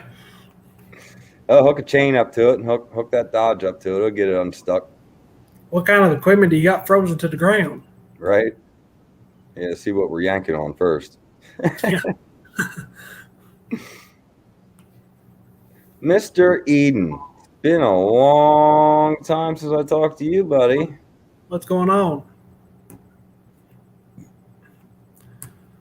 And Mark with Mark's Misfit World was in here first thing. Mark and Vicky, yeah, they're great people. Yeah, he went to eat lunch. He ain't ever come back. I kind of figured he'd come back because you know how bored he is during this time of year since he ain't plowing. He's out dicking around in his shop, I'm sure. Yeah. Playing around with some signs. I think he was building shelves. I'm not sure if he was done with that yet. I need to do a lot of work Tuesday in my garage and try and clean out and clear up everything. And I just did that, man. Took a big old household junk run to the dump. It was like 6,000 pounds worth of just shit we didn't need anymore that was down the garage and down the basement. So let's get it out of here. About the middle of summer, you'll need something though. Nah, I mean, it was literally just junk. Yeah. I'm looking at getting some exercise equipment, and I need to kind of move everything around so I can have enough space in one corner to put it. Yeah, I said the same thing, and mine's collecting dust. I think that's all, a lot of people's exercise equipment becomes, $1,000 coat rack and whatnot. Pretty much, man. It's a true story. With me, anyway. Yeah, I need this. Used it all but 4 or 5 times, said noob. Yeah. That's why I'm buying the used stuff. You can get it a lot cheaper.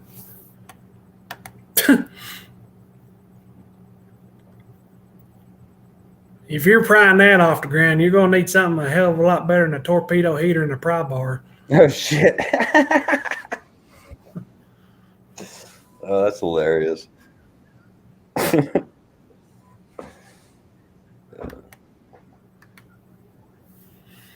Yeah, I usually service my equipment at the very end of the season when I'm putting it away, but I didn't do that this year for some reason. So I still got to do that yet. Just got to change the oil. I got to do the hydro break-in yet.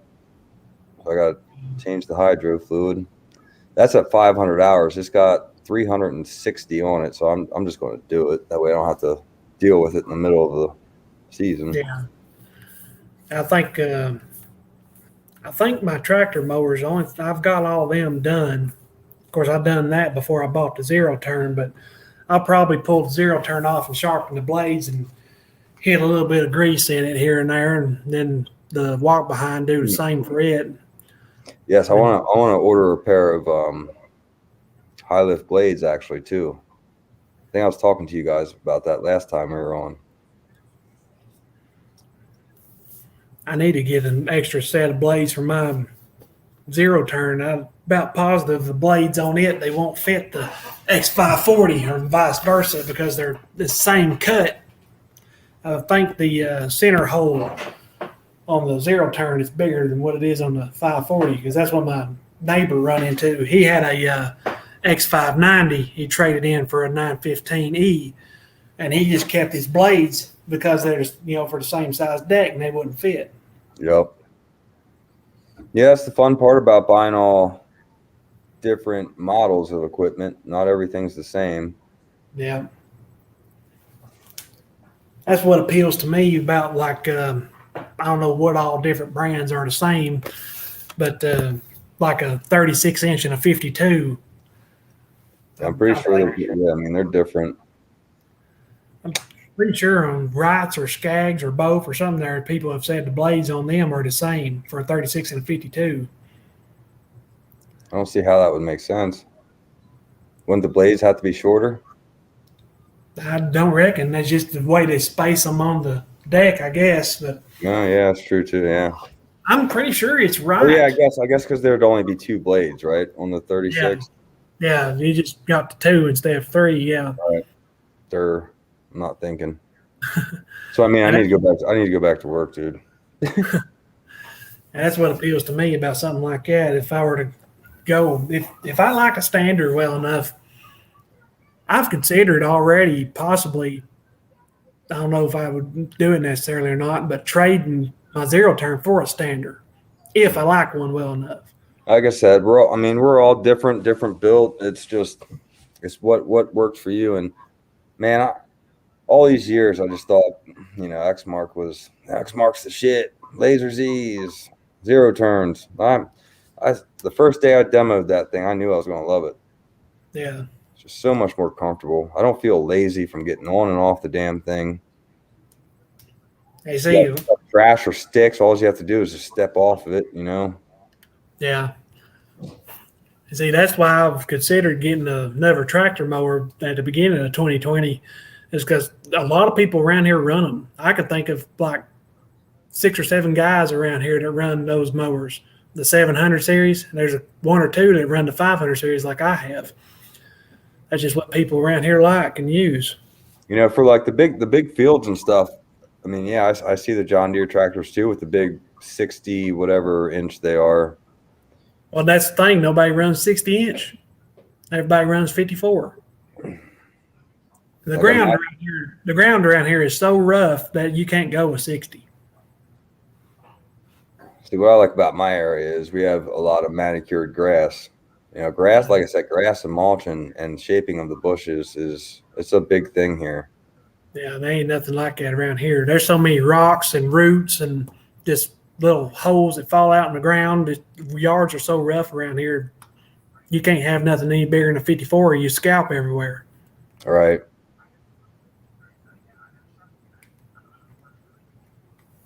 Oh. Yeah, I'm excited for this season to start and see how it goes here. Yeah, I just hope it goes as well or better than last year, but always thought the phone ringing was a pain in the ass, but now I kind of miss it. Yeah. I'll give it a few months. You'll be cussing it again. I'm sure. When the 100-degree weather comes and it don't get dark till 8 something, and I'm like, man, when is it getting dark? I'm ready to call it quits. Yeah.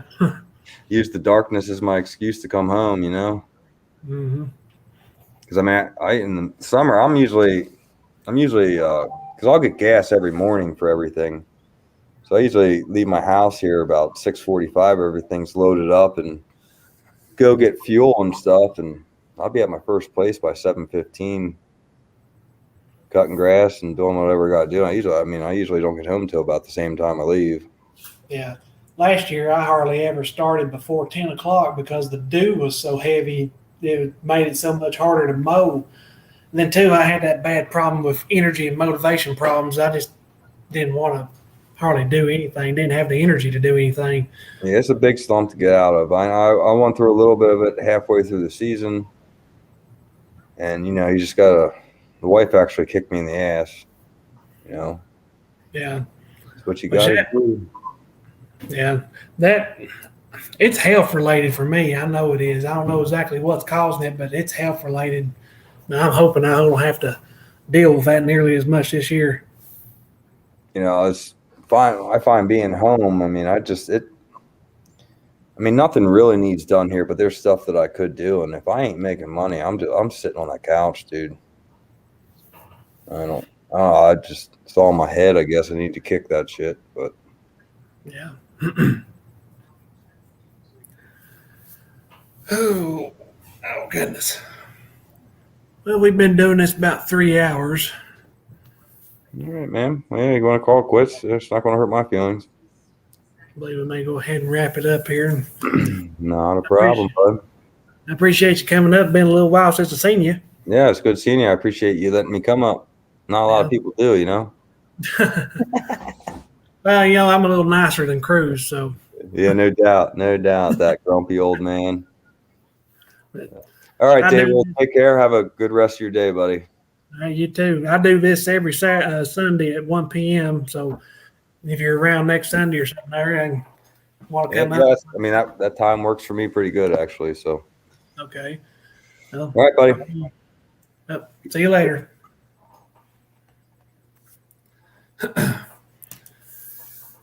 Well, I appreciate everybody joining, and hope you all have a happy Valentine's Day and enjoy the rest of your day and whatnot. And I guess I'll see you all, if not before, next Sunday. So I'll see you all later.